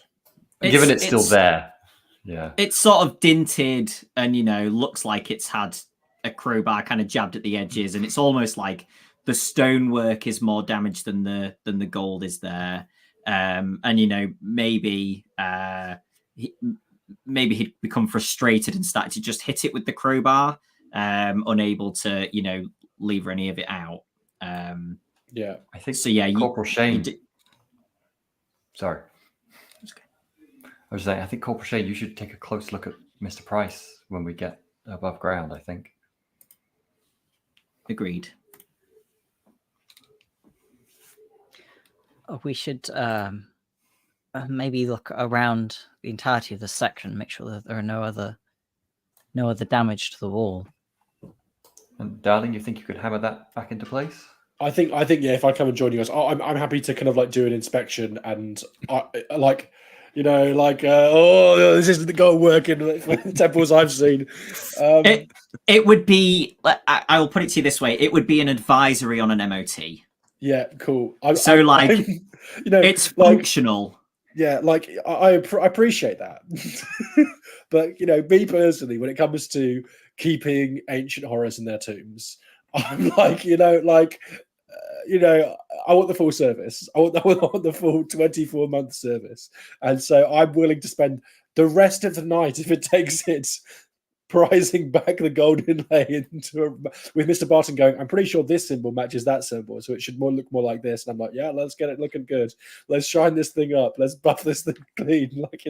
Whatever it takes to keep the vampires. It's adorable to imagine Wilfred just finishing off shining the gold of the. As I always say to people before I fleece them out of their money, there's nothing like a job well done.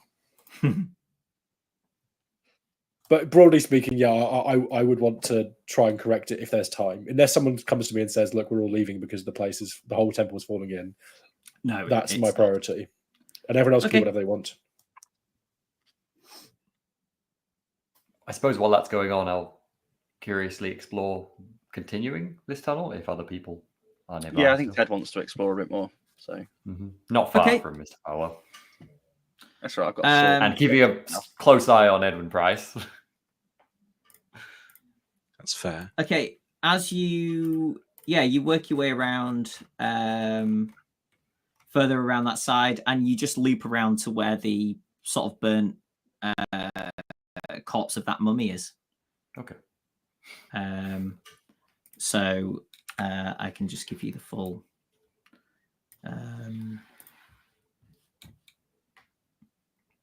The full layout for clarity. Nice.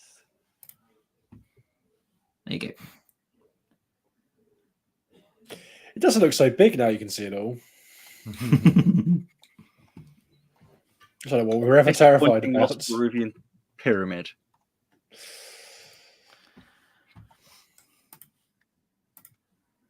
I suppose if there's nothing else to be found, I will eventually at some point say, well, Mr. Larkin's going to want his treasures, isn't he? We should probably check on him, seeing as Mendoza got in here. Yeah. True.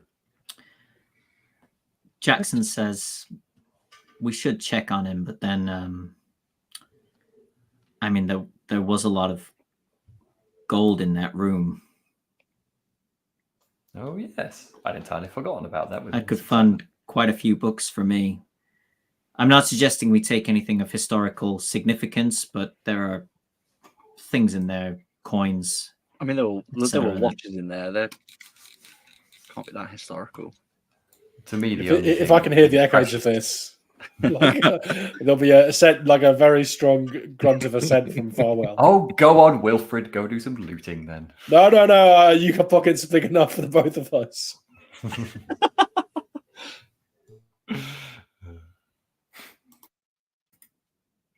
Okay. So yeah, Jackson suggests heading outside first to check on Larkin. That sounds like a good idea. I can't help but I have to pop my head in to glance at those Karasiri again. Okay. Yeah, they are in the same positions. Okay. You're not sure they're breathing anymore. Yeah, I was about to say, my first thought is, do they still seem alive?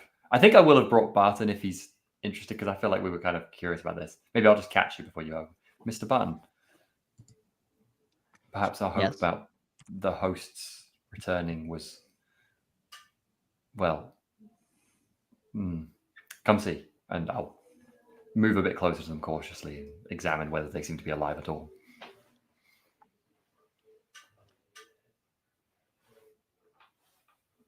Yeah, I guess I'll have another closer look, but if they're not breathing...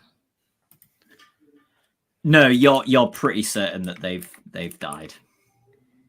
It seems Out perhaps... of curiosity, do they look recently dead?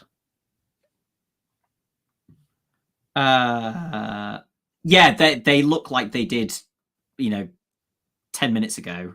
Right. But not breathing. Yeah. If we got a chance to go back via the crack in the wall, is there still fat oozing out of it, or was that? I mean, I It wouldn't. was a have known, very but... slow ooze, wasn't it? It was 400 years of Yeah. ooze, so I'm not sure we could... I think it oozes in a way like I don't know, just somewhat more oozing than candle wax, but Sure. not much more. Yeah, I don't I like the suppose- fat. Looking at how that worm controlled that mummy, I don't know if it has such absolute control over something so desiccated, then, well, perhaps it does damage.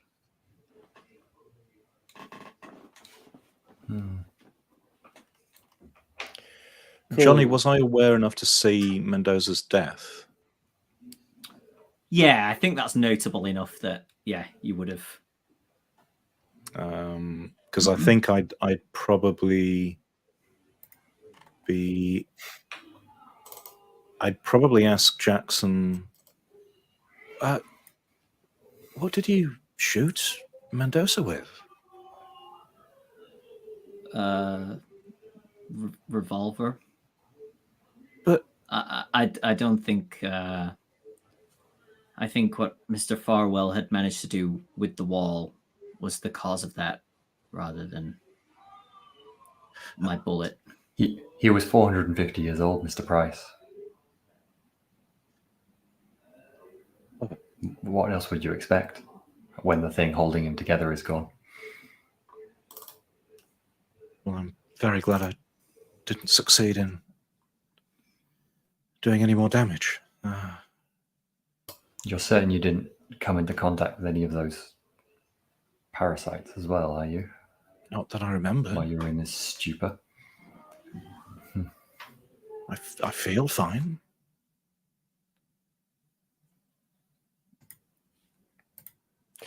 So, is anyone returning to the surface to talk to find Larkin, or? I think we kind of lingered behind while you went on ahead at this point, so maybe you're already there. Okay. Yeah, I think Jackson has headed straight up as well. So you come out of the chimney, and you find Larkin is kind of sat in the same place, but now with his head in his hands, and kind of mumbling to himself. Mr. Larkin, are you okay?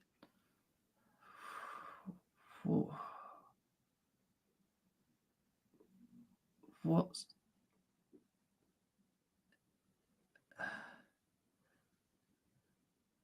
I feel good.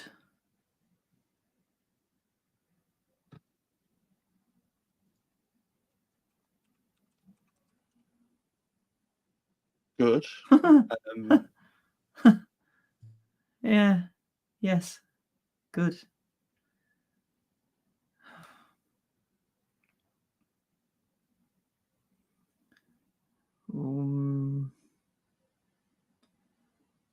I don't know what's been happening, but now I feel good.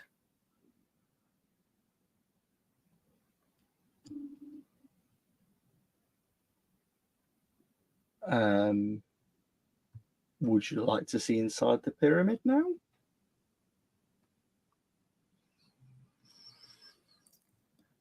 Well, we've come all this way. He stands.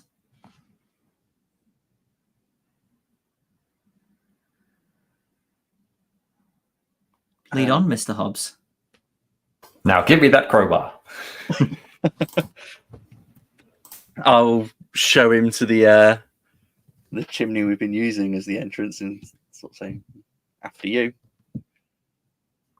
Yeah, he lowers himself in. I guess if I see Larkin coming in, I will already be like, oh, the treasure's this way. Right? Don't go look at the gold over there. What, into the room where the two bodies are? Yeah, they could have died a while ago. Yeah, we found them in here. There's a lot of Come in bodies the here. cockpit. They'll be fine. Goodness. Oh, there is certainly a lot in here. I would guess perhaps a good amount of it appears to be some sort of vagabond hiding place, but I'm sure there's some items of historical interest in here. Yes, yes. I suppose we've never had any indication that Larkin, like one of the things I would like to impress on everyone if we're showing Larkin around is, like, as far as we know, Larkin doesn't really know what's happened down here, and nobody should ever come back here, and nobody should ever, like, we need to reseal this place, and no expeditions can ever come here ever again. And Farwell is deadly serious about this, and emphasis on the deadly. Like, Larkin cannot decide one day that he wants to strip all the gold off this fucking thing. Like, that's it. I'm gonna. What are you suggesting? I'm just saying we need to make Farwell? very clear that he understands that this place is not can never be disturbed. Oh, you're not. You weren't just. Because if he doesn't there was a understand whisper. that, Well, I will. I think. Yeah, exactly. I'm going to try and keep him in this room. Yeah, exactly. And I'm going to, as we are going through things, impress upon him that really There's nothing else. Locals have been using this place for years. It's a rubbish The place tip. has been stripped clean. Everything of a value is in this room right now. It's a shame those And- other tunnels we went down proved so fruitless Oh, and could we build, uninteresting. could we Just a build big a circle. partitioned wall? Big circle. Yes. Yeah. Just a big And useless just, circle like, with some horrible things in it. try and convince him that this is all there is of value. As you are talking to him, you realize that he's in this kind of daze, or like almost like euphoric. Like it is as if he has been on something. But like, I mean, if you ask Shane would be like, that isn't what this is. But yeah, it's just this kind of like wide-eyed wonder that you haven't quite seen from Larkin before. He's always been very friendly with everybody. We've never But- put him near this much gold before, though. So That's true, yeah. But even before that, like, you know, the way that he was with you upstairs was very different to usual. it's a Anyway, dramatic shift between before Mendoza and the gold being put back and after, basically. Yeah. And he basically suggests, you know, divvying up the spoils that are in this room. I don't remember there being very much in this room. Mr. Fowler says with clinking pockets. My pockets are only clinking with repair tools. Okay. You bring that Look, the amount of gold that is in Fowler's possession has gone down severely over the course of this adventure. It's true. Putting it out there, you know. But yeah, I mean, amongst everyone who was there, like, and can remember what happened, I want, like, Fowler wants some, like, solemn blood pact to be sworn that, like, no one could ever like we can't spread rumors of this place, we can't publish books about this place, no one could ever know of this place, no one could ever think it's a good idea to pry the gold off this place, and if we can collapse it, the entrances of it, we should collapse every single chimney, we should collapse every entrance if we have the capacity. Edwin is in full agreement. I agree possibly with that. more sort of positive towards it than he would otherwise have been. I do think we should talk to Professor Sanchez. First of all, to stop him from launching his own expedition. And secondly, because we do need to explain where his gold bar went. And why No, we don't. Fowler stole it and sold it on the black market. No one needs to know what happened. We need to give him enough information that he won't come here. I mean, Mr. Elias, you'll know what Professor Sanchez is like, whether he'll believe what we've seen here. I was going to say, Jackson says, if what had happened to him had not happened to him, it may have been an issue. However, I think he will listen to us on this subject. I don't think we need to worry about Professor Sanchez wanting to come here.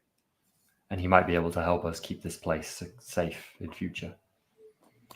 I mean, I'm also like, if Larkin, if anyone ever asks us whether Larkin was correct, we lie. We say that this place never existed, that Larkin is insane and a drug addict, and he should be discredited. I mean, like this is like, if Fowler's going to just go, like, whenever he gets a chance, he's like, this is so serious, people. I think I'm looking at Larkin and just going, something tells me that might not be so hard anymore. Something like she says, like preparing an overdose for him. That's what that sounds like. That's what that sounds like, Sam.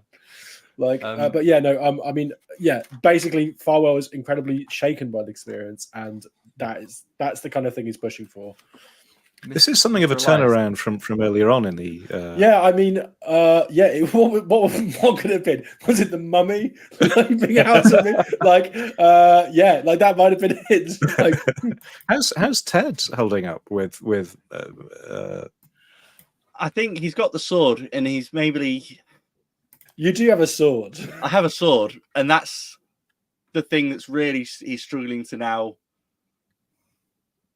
get his head around, because everything else he could have explained in some way. Even the mummy, there was a parasite in it that was wriggling around. Everyone was confused. it's dark, it's scary. That's But how him my turning mind into triggers. dust. But a man turning into dust after being shot. Yeah. If there wasn't the sword, again, maybe it was a hallucination. But he's got a physical thing now. And He's... how old is this sword? I'm presuming it's quite old.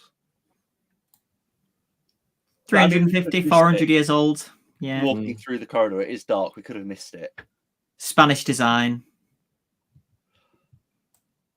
Yeah. And you got it in a flea market in Lima. The two Karasiri, did they have anything on them, Johnny? I might casually search them just out of curiosity. Not really. No. Does Farwell think that what would it take to seal this place away so that it never could be re-entered? Probably more explosives than we currently have. Yeah. Which is none. You could again obscure the entrances. So it took a concerted search by. So what you could do is make it so that a casual observer would not find a way in. Yeah, that would not be too much difficulty with what you have with you. Yeah, I mean, like, I would do that, and I would it would certainly be at this point Farwell's intention that should he ever get back to Lima, it would be worth spending a considerable amount of resources buying a large amount of explosives and coming back here to do this. I don't know what everyone else thinks, but that's I certainly raised the idea. I think talk to Professor Sanchez first, but I don't. Sure. That your idea has merit. I mean, but I can't do anything about that now, so that's just Farwell's incoherent ramblings, really. I feel like by the time we get back to the service, we're probably pretty exhausted. Is it still middle of the night? Well, middle of the night is strong, but 9 p.m. maybe. Okay, 10 not p.m. too late. Yeah, I feel like while Mr. Farwell's trying to obscure the exit, I probably just kind of collapse exhausted by the fire. Cool. Yeah. So we'll say that you obscure this as much as it was, more so than it was when you arrived. Let's say that you've filled the pit as well, because that obviously has another tunnel with this silty stuff, and you've also covered the open chimney. And what about the crack on the top of the pyramid? It wasn't big enough to get in, so no, it wasn't.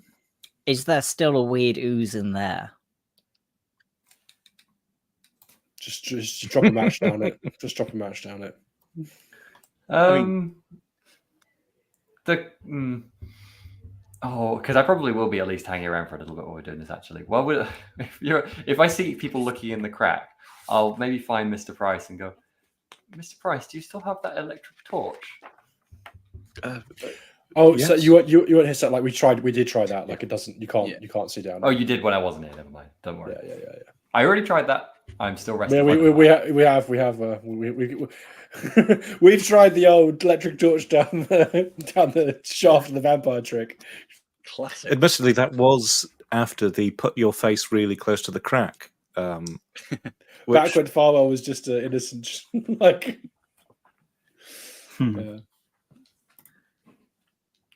Cool. So, you spend the night and begin the travel back tomorrow. You could stop in at the farm again if you wanted to and see Julio and Domingo. Yes. Have a night under a roof rather than under the stars or in a tent. And basically, you make your way back. You have a conversation with Professor Sanchez. He essentially offers to take on being like a guardian of the site, and agrees with you that, if that was what caused what happened to him, essentially, if that's the chain of events, then let's not let anybody in there.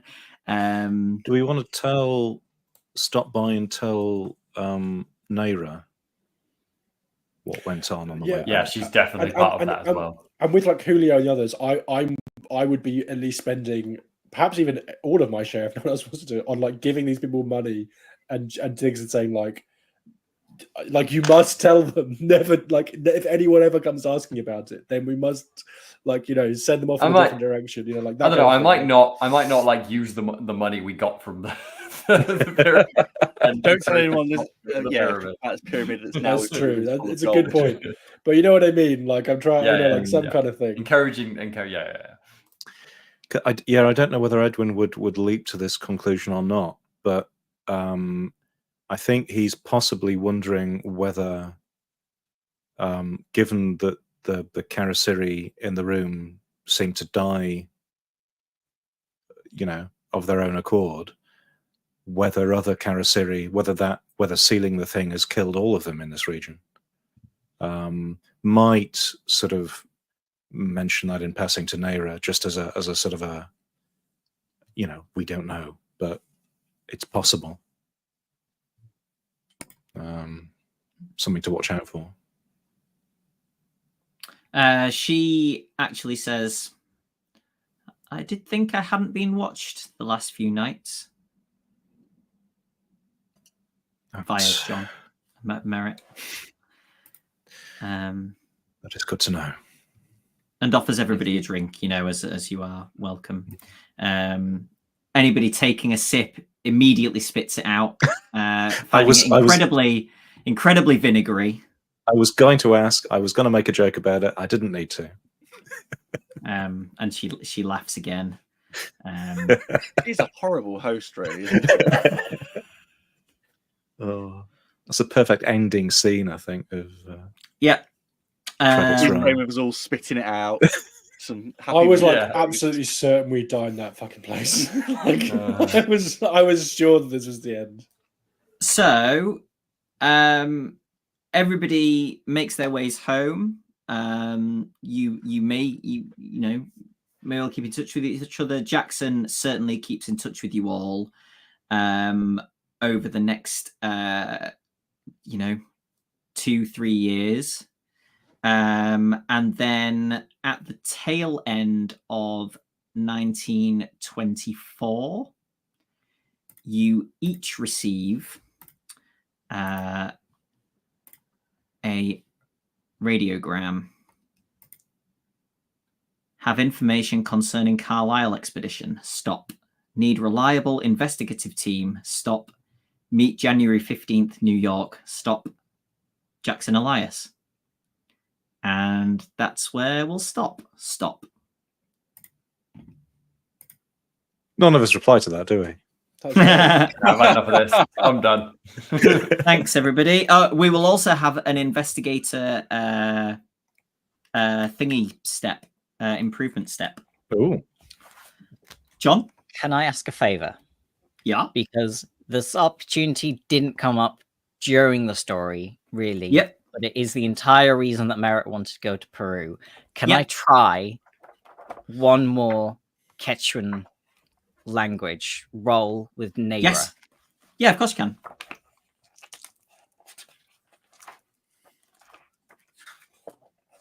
I fail completely. What a waste of time. amazing. If she allows me to, I would like to record her speaking on my dictaphone. So if she allows me to, I'd like to be pen pals. Do you know what, John?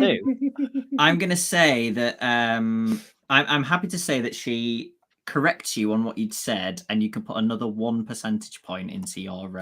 Wow, what a generous god! Thank you.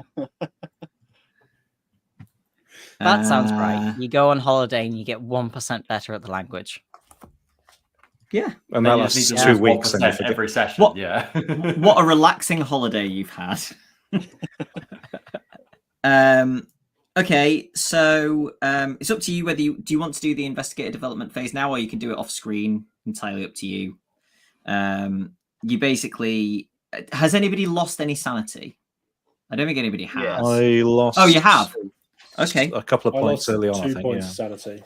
right. So, as additional things There's for not a lot of sanity loss in that.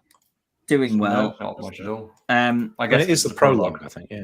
Yeah. killing or otherwise defeating Luis de Mendoza plus 1d6 sanity points. Ooh. Do I even get that? Given that, Yeah, Is it's the that group. everybody, It's right? the- it's- Okay. Yeah, it's a group thing. Yeah.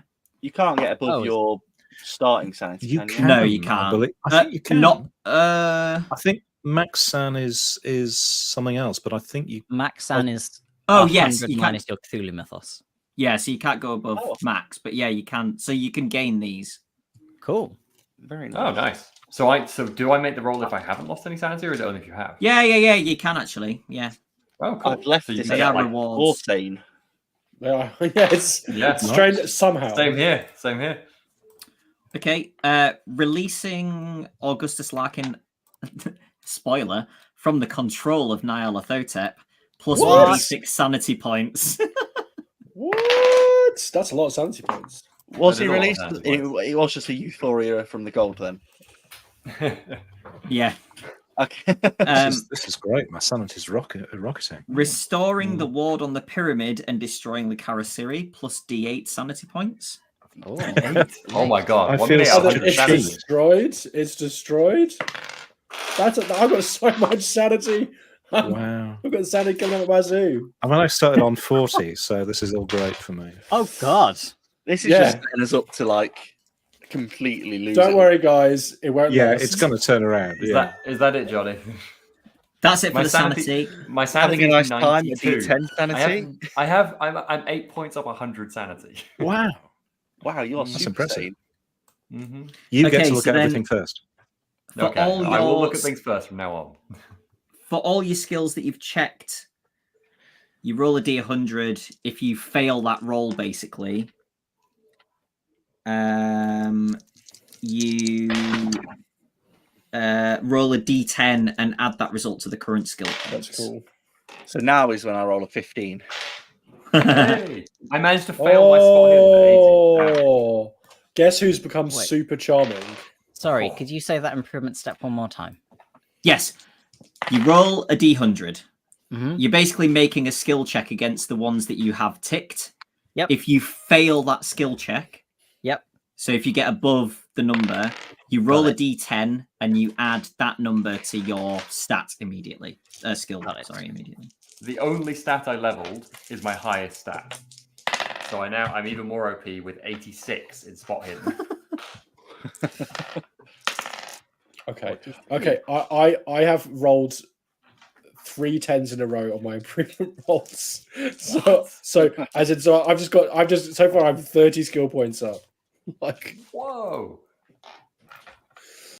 Nice. so I'm now very charming.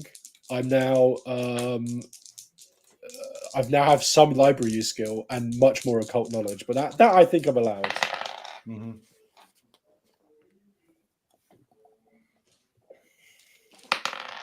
Okay, that's more reasonable. Anyone else got any other interesting levels? My archaeology skill went up by 7 points, which feels appropriate. That does Nice. feel appropriate. My survival skill went up by 1 point. Oh, I did get some other ones, but So you nothing now have else. 11 in What- survival. Yeah. What if you roll on the roll? If you roll like It has if to you- be over. That's it a has to- success. Yeah. Oh, So it it's, has to be an yeah. initial fail. Yeah. Well, I don't gain any points in survival. Then I rolled 10 on a 10%. Wow. Well, You're just naturally good at surviving. yeah, I mean, like charm 45. Hello. Like, Mhm. So yeah, my listen went up by 6. My psychology went up by 4. Spot hidden went up by 3. Survival by 1. Ooh, So very nice. nothing too crazy. yeah, That was a lot of skills, though. my my spot hidden went up by Go ahead. 4. You go. My archaeology went up by 7. My listen went up by 2, and my persuade went up by 5. But my library use, my Spanish, and my spot hidden all stayed the same. That's a shame narratively that the Spanish didn't shift. Mhm. Yeah. To be fair, I already have like college level Spanish, so maybe that does make sense. I can't believe. Oh wait, no. Oh, and mechanical repair. Oh, I didn't roll for Eldritch that. mechanical repair. Repairing this pyramid gonna level you. No, I didn't get up from mechanical repair. What's terrible. ow. I'm trying to think if there's any other Cool. rolls I made during that entire thing. Did you level anything, Jack? Slight improvement to spot hidden. So I'm on 39 spot hidden now. Unfortunately, I didn't fail my photography roll. So my photography is still, it's 70, so it's still reasonly good. Pretty good. And you tick everything. You tick everything that you successfully rolled, don't you? Correct. Yeah, Yeah. you do, yeah. Because I've realised I didn't tick. There's the things I succeeded on doing this level. I haven't ticked any of them. So I'm just gonna- You did a dodge. I did a dodge. I did a Yeah. Yeah, dodge. you did. I think I may have done a stealth, but I'm going to go back and listen to the episode and find out. Okay. Yeah, I'm happy for I anybody to totally do things didn't out do of- stealth. I tried stealthing. No, I but- didn't. I only succeeded at 3 different types of roll in this whole campaign. I'm pretty sure I kept an eye on it. Yeah, But I missed some sections, to be fair. 2. I'm really glad that Steve did at least succeed on one of his strength rolls when he My was. dice were. Yeah. Oh, I'm so glad you didn't succeed on that. That like the whole campaign goes very differently if you succeed on all of them. I feel Yeah. it would have been It funny though was- if Steve had failed them all and just been there doing nothing. Because on the call, like Crap lawyer, It's just fine. sort of, It's fine. yes, trying to. Yeah. we just come out of the It chorus was- scene, they're like, It was a great blessing for me that like one person was like, "I'm going to sit outside with Larkin." I was like, Oh, and you know the bit when I said I wasn't thinking of pushing anybody into the ooze? I totally was. I love it. That wasn't yeah, successful, was it? Thanks for being such a good sport there, Steve. I basically That was fun. gave Steve the. I said, "You have been commanded to behave like yourself, but to destroy any protective ward when given the chance. So you head down into the tunnel and make out Larkin is fine and crack on with exploring." That was the Yeah. initial message. Can I borrow your crowbar, Justin? Like, That was I was amazing because going Steve had to literally say just that was great, Steve had yeah. just messaged me and been like, Does the ward look like you could get it out with your hands, or would it need some kind of tool? And I was like, you'd probably need a tool. And then he was, when the thing was there, and he was like, Talking about I think I need a crowbar to help me fight It this was- thing. It was great because I don't think any of us had an alarm until a bit later on when we went. Yeah. You give something to I was like, I don't have my crowbar anymore. Oh my god! I was so convinced at the start of this episode that I hadn't been before this episode, but that there was basically like a kind of scripted event where we would all die at the end of this Oh, mission. right, yeah. And I was like, oh god, we're just dead. Like, so I kind of resigned to it. I was like, why string it out? Like, let's just let Jonny kill us already. Amazing. Right, that if went anybody more or has less any as- go on. if anybody Sorry. has any questions or comments, please put them in the chat. I'll just do like the promo stuff and then we can chat some more. Questions or comments, put them in the chat. Simbaroom isn't on this Wednesday. Yellow King is on Thursday. We are not on next Monday because I'm away. But the Monday after we should be on, which would be the 18th. I think that's it for now. Is there a one-shot date actually confirmed for November? November 23rd, I believe. Cool. So there is that as well. Links to everything below the video: social media, Discord, Patreon, Twitch, YouTube. But yeah, cool. What were you going to say, Sam? You feel like that went? I was just gonna say, I feel like that went quite well, really. Like, we all kind of went pretty flawlessly. Like, there were so many red flags, like so many, and then we didn't get injured. It kind of was okay, which shocks me. Look, I'm 100% sure that while we were all knocked out, we were all in bed with Karasiri. So, like, It's a bit of a time don't delay on it. know. 3 years later. yeah, if we're still alive in 400 years, it's not gone well. Cool. Any questions or comments, John, from the chat? Let me see. Well, I had this from 4242. That was an unusually clean mission for Call of Cthulhu. Mm. As we've just discussed, Steve's secret roles were not going swimmingly, and everybody else's were. I think I went through about which 4 kind sets of helped that. dice to. I was trying desperately to get a good roll. That definitely helped. But the investigators did very well also. I love that it was Steve that got influenced by Nyarlathotep as well. Why? From the previous on-channel Call of Cthulhu interactions, I like to think maybe Nyarlathotep has his eye on you specifically. You've annoyed him. Meta connection. I love it. It's so Nice, funny. yeah. What would have happened? Are you allowed to say if I'd been, a bit more Better at physically able? sabotage. Yeah. There are varying degrees of what could have happened. So the tremor is kind of the first thing, Right, and then it's yeah. like further successes. It's sort of cracks start to appear in the wall, and maybe some of the sort of larvae get out, and then you've got issues with that. Mm. And then of course eventually there's just you free whatever is in there. Is the worst possible I really outcome. wonder how, because I imagine it's totally possible all investigators just die in this plot if you do that, and that's kind of the end of the story. But then I'm really curious how the next plot works with a total. I mean, I'm sure there is a route for that to happen, but that feels like it changes the story a lot. Like Elias Jackson just sends his letter to a new group of adventurers. Well, because Just he was in the and ask pyramid with yeah. us. Oh, true. I- Yes. Yeah. I did half suspect that maybe we were going to do a party wipe and the main campaign was going to be a different set of characters, which is one of the reasons why Merritt sent a letter to a contact before we left.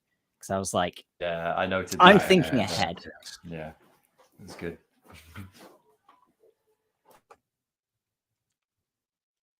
True. You fail at survival, you died. Yeah. Yep. Yeah, I thought that was the most sensible role for figuring out that the fire would be. I think we weren't planning on like sitting around while it was happening. Well, I mean, I kind of was.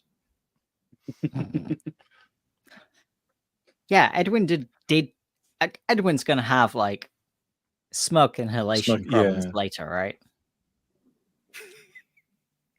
If he was probably. breathing throughout that. So why did Mendoza not just join us on the whole thing? Why did they have a fight?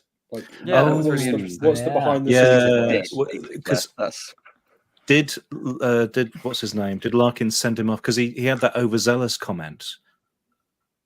Was it that Larkin was annoyed that Mendoza had attacked? Yeah, he couldn't bring him along with you lot after you basically suspected him of like stabbing somebody and being a vampire. Okay, so we were on the right track by like immediately jumping on, because it was kind of like, are we being too investigative aggressive early on? But I feel like that was the right thing to do then. Good. I mean, he came along anyway, eating donkeys and doing his thing. That wasn't him. Terrible. Were they the two that attacked